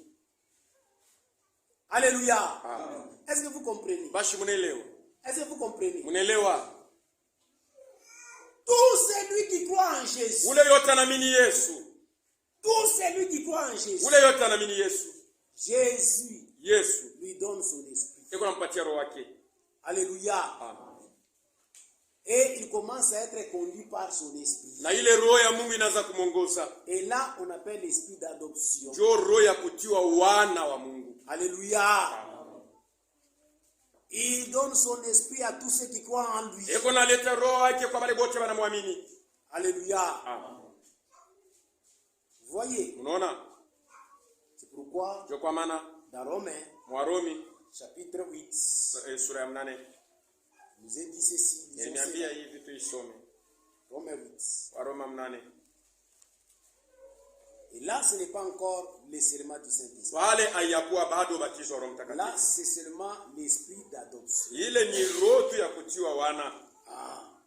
Que Dieu donne Ile Mungu iko naleta pour que tu naisses dans son royaume. tupate kuzalikwa mfalme wake. Romains Waroma 8, 8 verset 14. mstari wa 14. Il dit, Biblia inasema car tous ceux qui sont conduits par l'Esprit de Dieu kwa maana wale wote wanaongozwa na roho ya Mungu sont fils de ni Dieu. wana wa Mungu. Alléluia. Voyez. Unaona? Et vous n'avez pas reçu un esprit de la servitude, Amkupokee roho ya butumwa Pour être encore dans la crainte. Jumupatie kwa katika oga. Mais vous avez reçu un esprit d'adoption. Lakini mlipotea roho ya kutiwa wana. Par lequel nous prions à la Père. Tuko naita Baba. L'esprit lui-même. Roho yenyewe. Rend témoignage à notre esprit. Iko na shuhudia roho yetu. Que nous sommes enfants de Dieu. Ya kwamba sisi ni wana wa Mungu. Alléluia. Amen. Oh. Japo. Si nous sommes enfants. Kama tuko wana, nous sommes aussi héritiers. Tuko tena wariti. Héritiers de Dieu. Wariti wa Mungu. Co-héritiers de Christ. Wariti pamoja na Kristo. Si toutefois nous souffrons avec lui. Kama tu wakati wote tunateseka naye. Afin d'être glorifiés avec lui. Juu tupate tena kutukuzwa naye pamoja. En croyant en Jésus. Wakati unaamini Yesu. En croyant à l'œuvre accomplie au Calvaire. Wakati unaamini kazi ilitimilika kwa Kalvario. Dieu vous donne son esprit d'adoption. Mungu anakupatia roho yake ya kutiwa mwana. À la naissance. Wakati unazaliwa. Alléluia. Amen. Nous recevons l'esprit de Dieu. Tuko napokea roho ya Mungu. Cet esprit-là. Ile roho. C'est ce qu'on appelle l'esprit d'adoption. Ndio roho ya kutiwa wana. Tu deviens un enfant de Dieu. Unakuwa mwana wa Mungu. Et l'esprit de Dieu. Na roho ya Mungu. Dans ton cœur. Moyo wako. Ça t'atteste que. Inakushuhudia kwamba tu es fils de Dieu. C'est pourquoi ma sœur. Ndio kama dada yangu. Mon frère. Ndugu yangu. À un moment donné si tu veux comment tu veux agir. Wakati fulani kama unataka kutenda mal. Mubaya. L'esprit de Dieu te dit. Roho ya Mungu inakwambia ndani ya enfant de Dieu ne fait pas ça. C'est cet esprit d'adoption. Ni ile roho ya kutiwa wana. Alléluia. C'est aussi l'esprit de Dieu que Dieu nous donne. Ni roho ya Mungu ye Mungu anatupatia. À tous ceux qui sont nés de nouveau. Kwa wale wote walizaliwa mara ya pili. Selon la promesse qu'il avait faite. Kufuatana na malako ile alifanyaka. Dans Ézéchiel chapitre 36. Mwa Ezekieli 36. Ézéchiel 36 le verset. Ezekieli 36 mstari wa 26. Le verset 26. Mstari wa 26. Il dit ceci. Anasema hivi. Le verset 25. Mstari wa 25. J'ai répandu sur vous une eau pure. Mtamimia juu yenu maji safi. Et vous serez purifiés. Na mtatakasiwa. Je vous purifie de toutes vos souillures. Mtamitakasa na uchafu wenu yote. Et de toutes vos idoles. Na masanamu yenu. Je vous donnerai un cœur nouveau. Mtamipatia moyo mpya. Je mettrai en vous un esprit nouveau. Taweka ndani yenu roho mpya. J'ôterai dans vos cœurs. Tatosha mioyo yenu. Le cœur pierre. Moyo wa mawe. Pour vous donner un cœur chair. Nipate mipatia moyo wa mnofo. Je mettrai mon esprit en vous. Taweka ndani yenu roho wangu. Je ferai en sorte que vous suivez mes ordonnances. Tafanya mnamna kusema mfuate amri yangu. Et que vous les observiez. Na mpate kuitumikia. Et que vous pratiquiez mes lois. Mtumikie sheria yangu. Alléluia. Amen. Ça c'est l'esprit d'adoption. Hii ni roho ya kutiwa wana. C'est pourquoi Jésus, ndio kwa maana Yesu s'il n'était pas venu dans ce monde, kama hakukuja mwenye dunia, nous ne devions pas naître de nouveau. hatupaswi kuzaliwa mara ya pili. C'est pourquoi il a dit à Nicodème. Ndio kwa maana aliambia Nikodemo. Alléluia. Nikodemo lui a posé la question. Nikodemo alimuuliza, qu'est-ce que je peux faire niweze kufanya nini pour que je puisse hériter le royaume des cieux? nipate kurithi ufalme wa mbingu? Jésus lui a dit, Yesu alimwambia, toi tu es docteur de la loi, tu ne connais pas. Wewe kama mwalimu wa sheria uyue hivi vitu? C'est lui qui est né de la chair et chair. Kile kinazaliwa na mwili ni mwili. Il a dit, comme Moïse a élevé les serpents d'airain, il faudrait que le Fils de Dieu soit élevé. Alléluia. Voyez. C'est pourquoi après qu'il est mort au calvaire, c'est alors qu'on devait expérimenter la nouvelle naissance. Alléluia. En croyant cette œuvre accomplie au calvaire, Dieu vient à nous. Il ôte le cœur pierre. Il ôte ce cœur incrédule. Et lui-même, il prend son esprit. Il place au-dedans de toi. Pourquoi il place son esprit en toi? C'est pour que tu puisses suivre sa parole.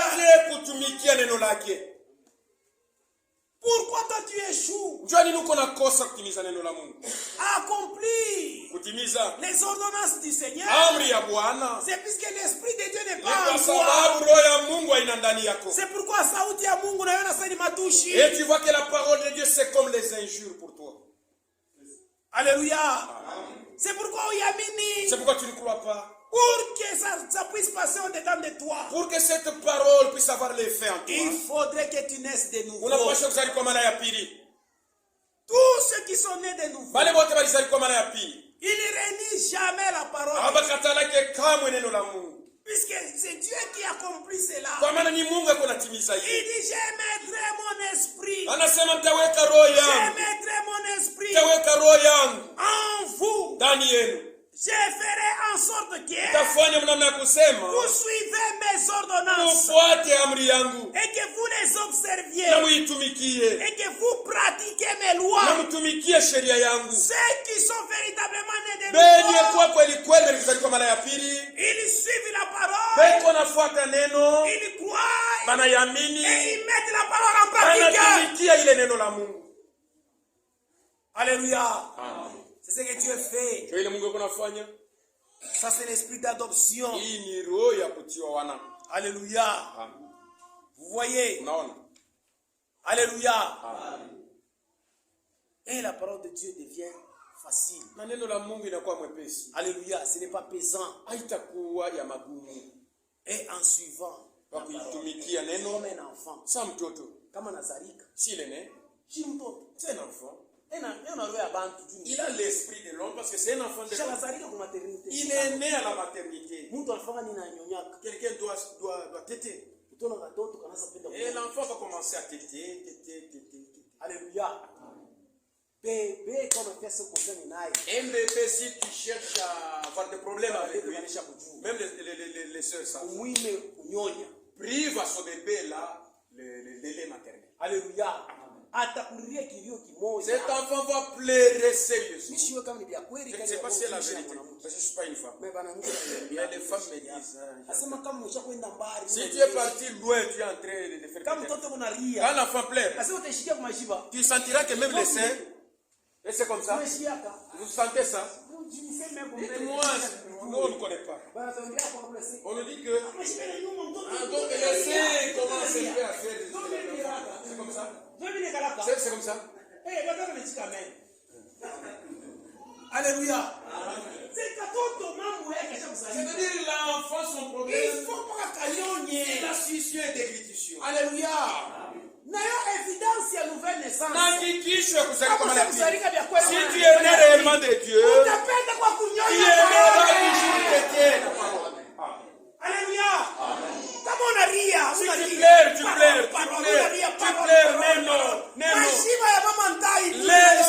seins de la mère, ça commence à être, ça donne le lait pour que tu puisses être. C'est pourquoi tu verras les seigneurs de Dieu. Chaque jour ils viennent pour que ceux qui sont nés de nouveau puissent téter la parole. Alléluia. Maintenant, toi, si tu t'absentes, tu es né ou tu n'es pas né? Tu verras un bébé. Commence à pleurer beaucoup. Quand sa maman vient, s'il lui donne seulement les l'enfant commence à pleurer. Et ça dit la façon. Quelles sont ces épices pour que tu n'aimes pas la parole de Dieu? Si tu n'aimes pas la parole, c'est une évidence que tu n'es pas né de nouveau. Amen. Tu ne peux pas voir le serment. On peut pas vous prêcher d'abord le serment. Si toi-même l'onction n'est pas là, tu n'es même pas encore né de nouveau. Comment auras-tu le serment du Saint-Esprit? Alléluia. Amen. L'enfant commence à grandir. C'est l'effet de manger. Alléluia. Amen. Comme je disais à mon fils là. Cet enfant mange 3 fois. Toi commence à manger 5. Là tu vas grandir. Alléluia. Amen. Si tu manges 5, tu vas grandir. Alléluia. Amen. Frère, si tu veux grandir dans les choses, viens chaque jour manger la parole. Alléluia. Amen. Il y a d'autres personnes, ils ont 30 ans dans les choses de Dieu. Parce que je n'ai pas les tableaux, j'allais dessiner. Depuis le jour qu'il a vécu, jusqu'à présent, il a 30 ans. Dans ces 30 ans, il a déjà mangé seulement une année. Comment vas-tu grandir? Ce sont les gens que je vous dis la vérité. Tu es en train de te nous qui avons commencé depuis longtemps. Maintenant, dans ces 30 ans, tu as mangé combien de fois? Tu as mangé seulement une année. C'est pourquoi tu ne grandis pas bien. Tu es malnutri spirituellement. Une autre personne, il a 3 ans. Dans ces 3 ans, il a mangé 3 ans. C'est pourquoi tu le vois qu'il est affermi là. C'est pourquoi il te dépasse. La Bible dit, ce n'est pas celui qui était le premier qui va arriver. Le premier sera le dernier. Et le dernier qui est venu, comme il mange chaque jour.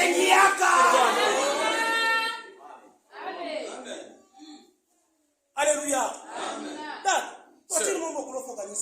Abandonnons ces histoires-là de s'absenter. Alléluia. Ne vous absentez pas à l'église. Vous rendez vous-même mauvais. Dieu, il est très jaloux pour chérir son esprit. Alléluia. Pour donner son esprit. Il est très jaloux. Alléluia. Il ne peut pas prendre le serment du Saint-Esprit placé dans une personne s'absentant. Seulement du Saint-Esprit. C'est pour les aigles. Seulement du Saint-Esprit. Le Saint-Esprit, c'est pour les élus. À la nouvelle naissance, tous ceux qui croient en Jésus, Dieu leur donne l'Esprit de Dieu. C'est l'Esprit de Dieu qui les conduit. Alléluia. C'est l'Esprit de Dieu qui permet à ceux qui suivent la parole. Ce n'est pas encore le serment. Pour qu'on puisse te donner la responsabilité. Pour que tu sois co-hérité de Christ. Il faut que tu souffres avec lui. C'est ce que l'Écriture dit, nous venons de lire. Disons cela. Romains 8, 17.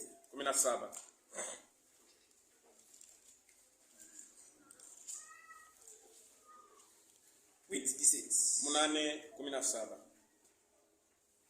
Or, si nous sommes enfants, nous sommes aussi héritiers.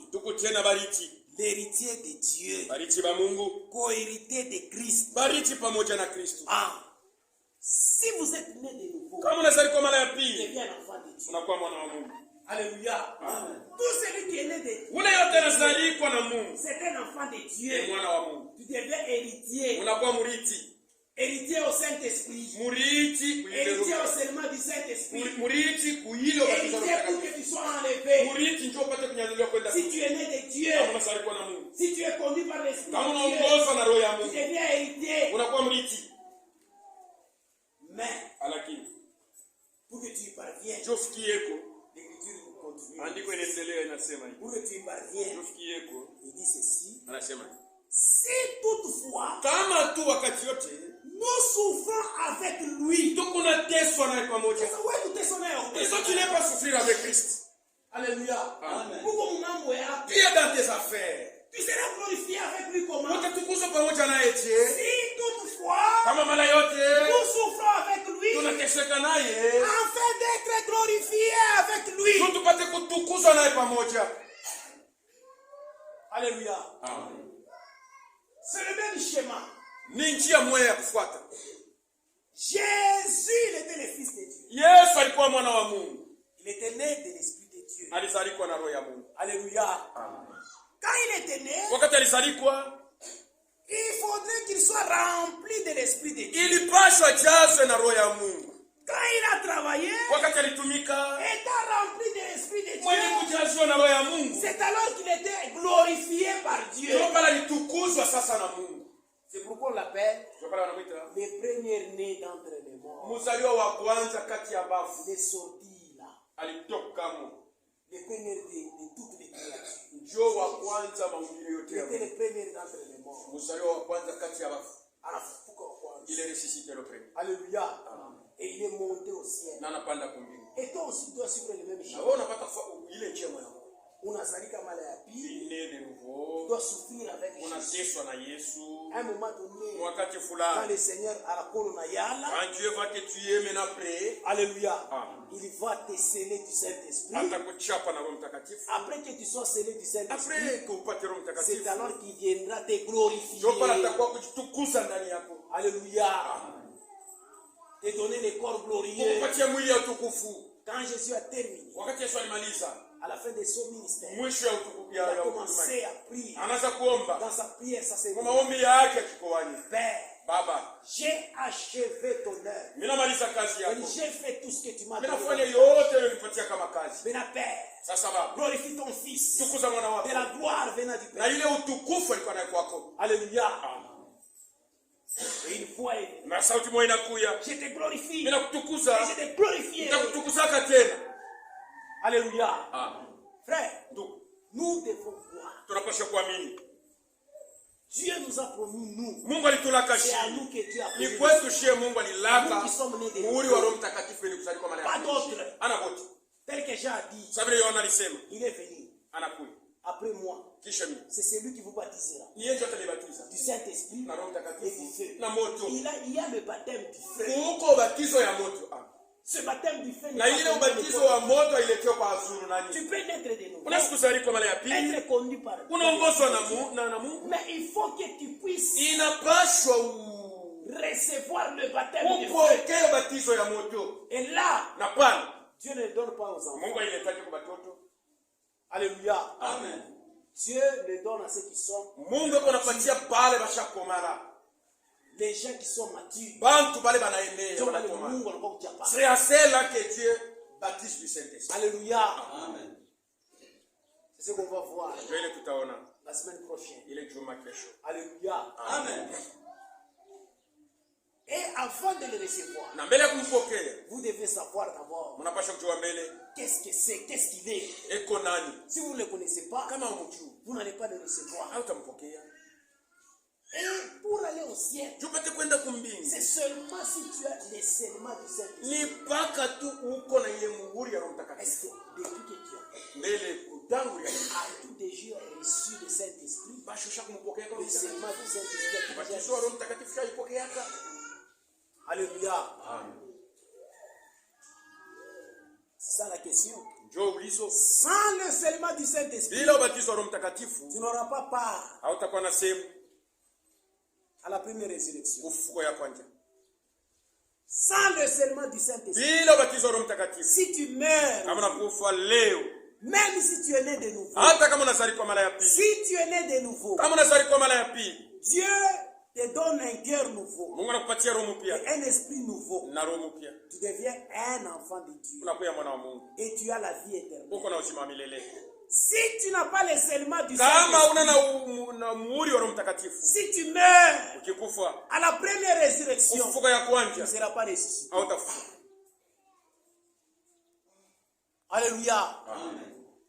C'est là l'écriture dit, Ndio andiko iko nasema, si l'esprit qu'il a ressuscité Jésus-Christ d'entre les morts, kama ile roho ilifufula Yesu toka wafu ina ndani yako, qu'est-ce qu'il a ressuscité? ili kufufula ni nini? C'est le scellement du Saint-Esprit qui Ni a muhuri ressuscité wa Roho Jésus-Christ d'entre les Mtakatifu morts. ndio ilifufula Yesu toka wafu. Si ça n'habite pas, Kama ina ndani yako, le Seigneur ne rendra pas les corps mortels, vos corps mortels à la vie. Bwana hatarudisha miili yenu ya kufa na irudishe kuuzima. Lors de la première résurrection, Wakati ya ufufuko ya kwanza, quand il reviendra à sa seconde venue, wakati atakuya mkurudi kwake, c'est alors qu'il y aura la première résurrection ndio pale kutakuwa ufufuko ya kwanza de tous ceux qui étaient morts ya wale wote walikufa en Christ. ndani ya Kristo. Ni C'est-à-dire, kusema vous étiez morts, mlikufa scellés du Saint-Esprit. yenye kuchapa na Roho Mtakatifu, C'est alors que vous ressusciterez. ndio pale mtafufuliwa. Tu vois, c'est ça l'importance du scellement. Ndio faida ya kukuwa na muhuri wa Roho Mtakatifu. Alléluia. Amen. Alléluia. Amen.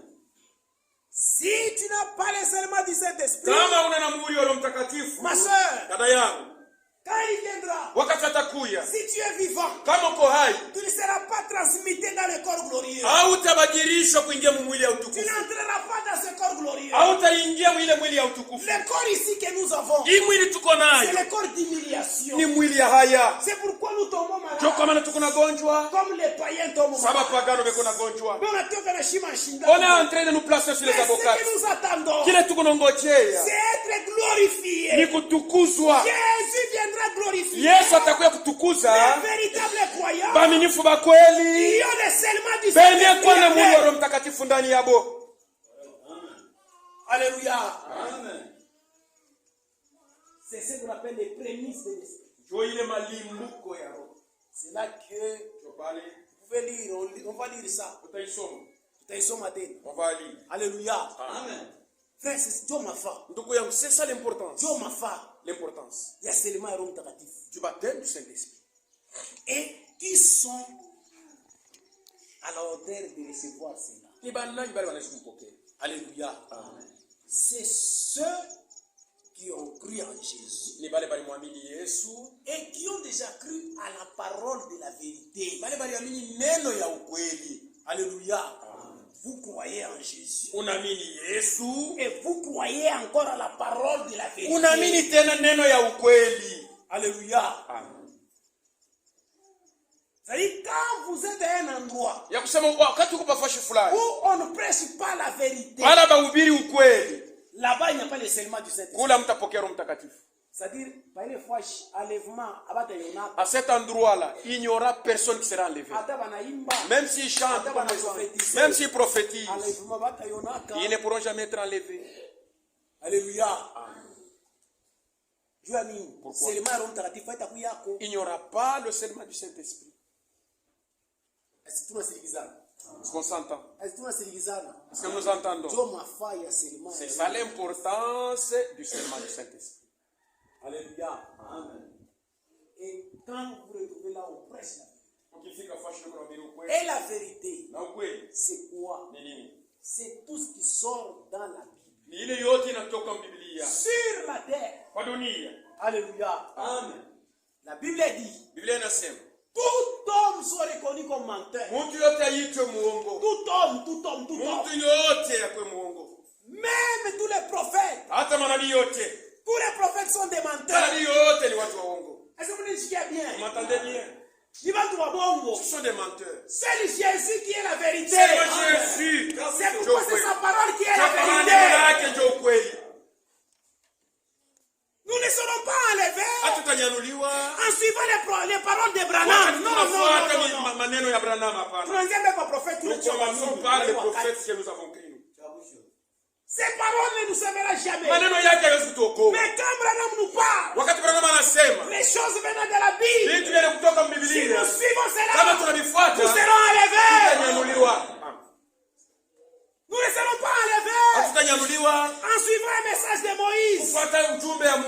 C'est que Moïse peut dire. Mais si Moïse nous parle, les choses venant de l'Éternel, si nous croyons, c'est alors que nous serons enlevés. Alléluia. C'est pourquoi notre foi, nous ne sommes pas une église de Branham. Alléluia. Amen. Non. Nous croyons à tous les prophètes. C'est ça notre foi. Alléluia. Nous n'avons pas seulement un Branham, c'est le dernier prophète.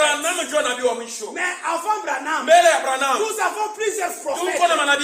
C'est pourquoi, dans Ephésiens chapitre 4, la Bible dit, nous battons notre fondement sur l'enseignement des apôtres et des prophètes.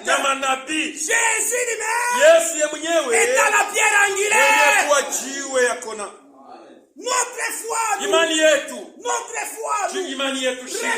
sur les enseignements l'enseignement de Pierre. Je dois croire ça. L'enseignement de Paul. Je dois croire ça. L'enseignement de Jacques. Je dois croire ça. Alléluia. Amen.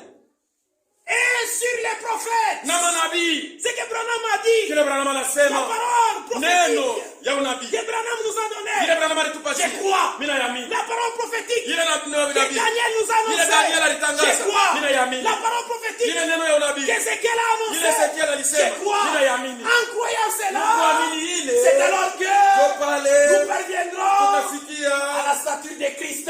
kilimo kamili cha Kristo. Alléluia. Amen. Quand tu crois de cette manière, Wakati unaamini vile, tu en as quoi héritier. là tu deviens héritier. Et co-héritier de Christ. Murithi pamoja na Kristo. Et Dieu est censé te déceler. Mungu anashurutisha kupatia Mungu. Alléluia. Amen. Est-ce que tu nasikiliza? Est-ce que nous nous entendons? C'est pourquoi nous allons voir Ndio kama tutaona d'abord mbele en détail maintenant muupana l'onction mafuta et les seulement na muhuri nini et qui seront scellés. ni banani batatiwa Mungu. Alléluia. Amen.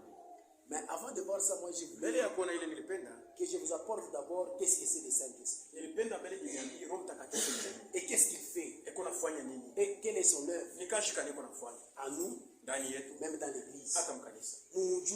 Vous devez les connaître. Alléluia. Amen. Frère, Donc beaucoup de gens dans cet âge bantu mingi mwiki sont séduits. anatongozwa. Ils pensent que quand ils prophétisent, Anaona kwamba wakati anatabiri moi j'ai le Saint-Esprit, j'ai le Saint-Esprit, j'ai le Saint-Esprit, j'ai le Saint-Esprit. kuna Roho Mtakatifu. Ouais, maman yako alifanya hivi. Et kama mama fait Ça, ça, ce n'est pas le Saint-Esprit. ila ina Roho C'est Mtakatifu. seulement Ni l'onction. mafuta tu. Alléluia. Saül n'a rien prophétisé. Sawa utakuwa si prophet. Kisha na roho ya shetani na mbamba Et chini. l'esprit de Satan avait séduit. Alléluia. Balaam na yeye Balaam a fait aliprophétisé ça. ya kweli. C'est vrai. Mais acha kupotea. Mais il est perdu. C'est pourquoi vous les Donc pentecôtistes, on est moins baptême. si vous croyez de cette Kama manière, mnaamini vile, vous êtes déjà exclus mtenda mbali. au ciel. Kwenda mbele. Vous êtes exclus au ciel. Muko mbali na mbingu. Alléluia. Vous ne serez pas enlevé. Hamtanyanyuliwa. Vous êtes séduits. Mnatongozwa. Ça c'est l'onction, c'est. Ni mafuta tu. Au moins je vois des visions. Mimi niko naona maono. Moi, si je dors comme ça, Kama mimi nalala je hivi, vois. mimi naona. C'est seulement l'onction. Ni Même mafuta si tu. les visions ne Hata kama maono ni ya kweli mafuta. Alléluia. Alléluia. Seulement les kitu kingine. Muhuri ni autre chose. Alléluia. Amen. Au moins j'ai pris beaucoup. Niko naomba sana. J'ai pris beaucoup. Mimi naomba sana. J'ai pris beaucoup. Niko naomba sana. Je l'ai. Mimi Non, ça seulement c'est l'onction. ni mafuta tu, ni mafuta. Mais seulement c'est autre chose. Muhuri ni kitu kingine. Alléluia. Alléluia. Amen. Et nous allons parler de l'évidence du Seigneur. Na kusemipatia hakikisho ya Roho Mtakatifu. Mungu leo na seulement. C'est lui qui a le Saint-Esprit véritable. Alléluia. Amen. Tu ne peux pas avoir le seulement du Saint-Esprit. Usikuwa na moyo wa Roho Mtakatifu. Uko na roho kwa kanisa. C'est absent de l'église. Au la roho mtakatifu. Le Saint-Esprit n'est pas le Saint-Esprit. Tunaanzia paka pale. Nous commençons par là, c'est par nous. Nikisema au Tu ne yampataka. l'as jamais reçu. Dekuri ya miaka Tu yampataka. n'as jamais reçu le Saint-Esprit. Un mois. Un mois. Au shikie sauti ya Tu Mungu. n'écoutes pas la parole de Dieu. Uko sere du Tu es Saint-Esprit. scellé du Saint-Esprit. Attends. Attends. Hapana. Hawezi kuwa na seulement du Tu ne Saint-Esprit. peux pas avoir le Saint-Esprit. Unakuwa Mkristo mjumbe. Tu deviens seulement un chrétien. Hapana, hapana, hapana. Non. Un chrétien du dimanche. Mkristo wa Muyenga. Wewe compter calendrier yako. Toi, commence à compter. Compter mwenji. Regarde. Mjumbe. Tu ne viens que tu manges. Angalia papa kwenda mbali. Regarde. Tunaanza mbia mbele paka. Uko masomo revenir. Na vile vya jana na vya juza ushi. C'est hier d'avant-hier, tu n'as pas écouté. Alléluia. Hata hauna Mkristo. Tu n'es pas un bon chrétien. Quelqu'un qui a le seulement du Mtu mwenye kuwa na Roho Mtakatifu. Ako Mkristo mjumbe. Être seulement chrétien le dimanche. Alléluia. Hebu mambo yake. Il est dans ses affaires. Jana alikuwa mambo yake. Hier, il est dans ses Kesho alikuwa mambo affaires. yake. Et avant-hier, dans ses Awila affaires. sema ila ya Je ne sais pas que ton état là. na babagoni bagani Même les païens font aussi comme ça. Bon, on sema dimanche ndio Je siku. crois que le dimanche c'est le jour du Shia tu Seigneur. na siku ya Nous Mungu. n'avons pas les jours du Siku Seigneur. yote ni siku ya Chaque Mungu. jour c'est le jour consacré à Dieu. Alléluia. Alléluia. Amen. Il faut chercher la chose On véritable. n'a pas choisi de tafuta kitu ya kweli. Jésus est à la porte. Yesu yuko kumulango. C'est seulement ceux qui seront scellés du Saint-Esprit. Mpaka wale watabatizwa na Roho Mtakatifu ndio wataingia. Pas ceux qui ont l'onction. Haina bali biko na mafuta. C'est l'onction qui nous pousse à œuvrer dans le Seigneur. Ni mafuta iko natusukuma tutumike ndani ya C'est Bwana. pourquoi ceux qui étaient saisis de Ndio l'onction, kwa maana wale wote walishikwa na le mafuta. jour que le Seigneur Wakati Bwana viendra atakuya, et il prendra ses élus, ataiba teule ils baki, vont commencer à toquer. wataanza kokola. Seigneur, Bwana, n'est-ce pas nous avons prophétisé en ton basi nom? tulitabiri mu jina lako. Seigneur, Bwana, n'est-ce pas nous avons chassé basi les tulifukuza démons pepo en chafu ton mu nom? jina lako. Alléluia. Amen. Il prophétisait par l'onction. Il chassait les démons par l'onction. Il prêchait par l'onction. Mais le Seigneur ce jour-là leur dit, je ne vous ai jamais connu, vous qui commettez l'iniquité. Alléluia. C'est-à-dire que tu peux commettre l'iniquité, mais tu as le reçu. Tu prophétises, tu chasses les démons, tu prêches, tu chantes, c'est l'onction. Alléluia. Mais les serments, c'est autre chose. C'est pourquoi cette écriture, il y a des gens qui prophétisent aujourd'hui des choses vraies qui arrivent, mais eux-mêmes sont faux. Il y a des gens qui prêchent la véritable parole et les gens sont sauvés, mais eux-mêmes sont faux. C'est pourquoi Paul disait, je crains que je ne puisse pas servir de pont, que les autres puissent entrer et moi je puisse rester. C'est pourquoi je traite aussi mon corps après avoir prêché les autres, que je ne puis pas moi-même manquer d'entrer. C'est le devoir de tous les véritables croyants. Traitons nos corps directement. Même si tu prêches bien, ce n'est pas synonyme que tu es déjà arrivé. Tu peux manquer. Mais les autres que tu prêches, ils croient à la parole, ils sont entrés. C'est pourquoi nous devons chercher la chose. Le serment du Saint-Esprit. Et c'est ce qu'on va parler. Que Dieu vous bénisse. Est-ce que vous avez sans le serment, il n'y a pas l'enlèvement. Sans le serment, il n'y a pas la première résurrection. C'est quand Jésus viendra, ceux qui étaient morts en Christ, c'est-à-dire qu'ils étaient morts étant scellés du Saint-Esprit, alléluia.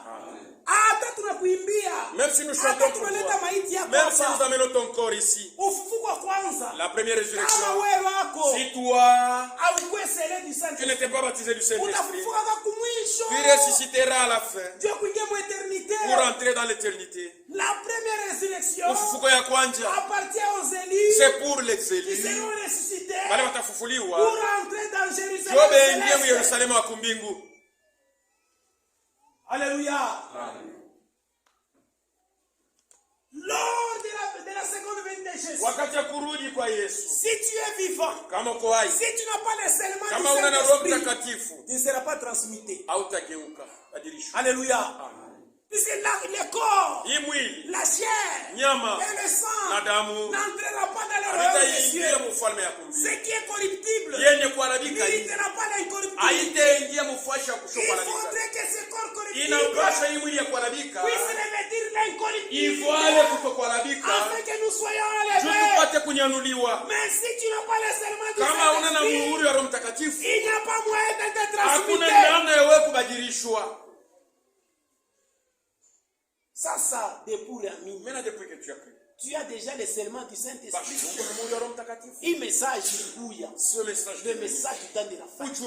Dieu nous a envoyé le prophète pour nous ramener à la foi apostolique, à la foi des apôtres, à la foi des prophètes. Alléluia. Afin que nous recevons le serment du Saint-Esprit. Tu es déjà ramené. Tu es déjà scellé. Ce n'est pas le blâme. Ne nous contente pas. Venir à l'église, ouvre la Bible, tu lis. Et tu places les gens dans l'église. Tu crois que ça suffit. Angalisha musuri onjo yako. Jésus vient bientôt. Yesu kunakuja sasa hivi. Ushuruse. Ne manque pas. C'est pourquoi mko kanisa. Venez à l'église. Que Dieu vous bénisse. Mungu awabariki. Tutaendelea juma kesho. Nous pouvons nous lever. Tushimame.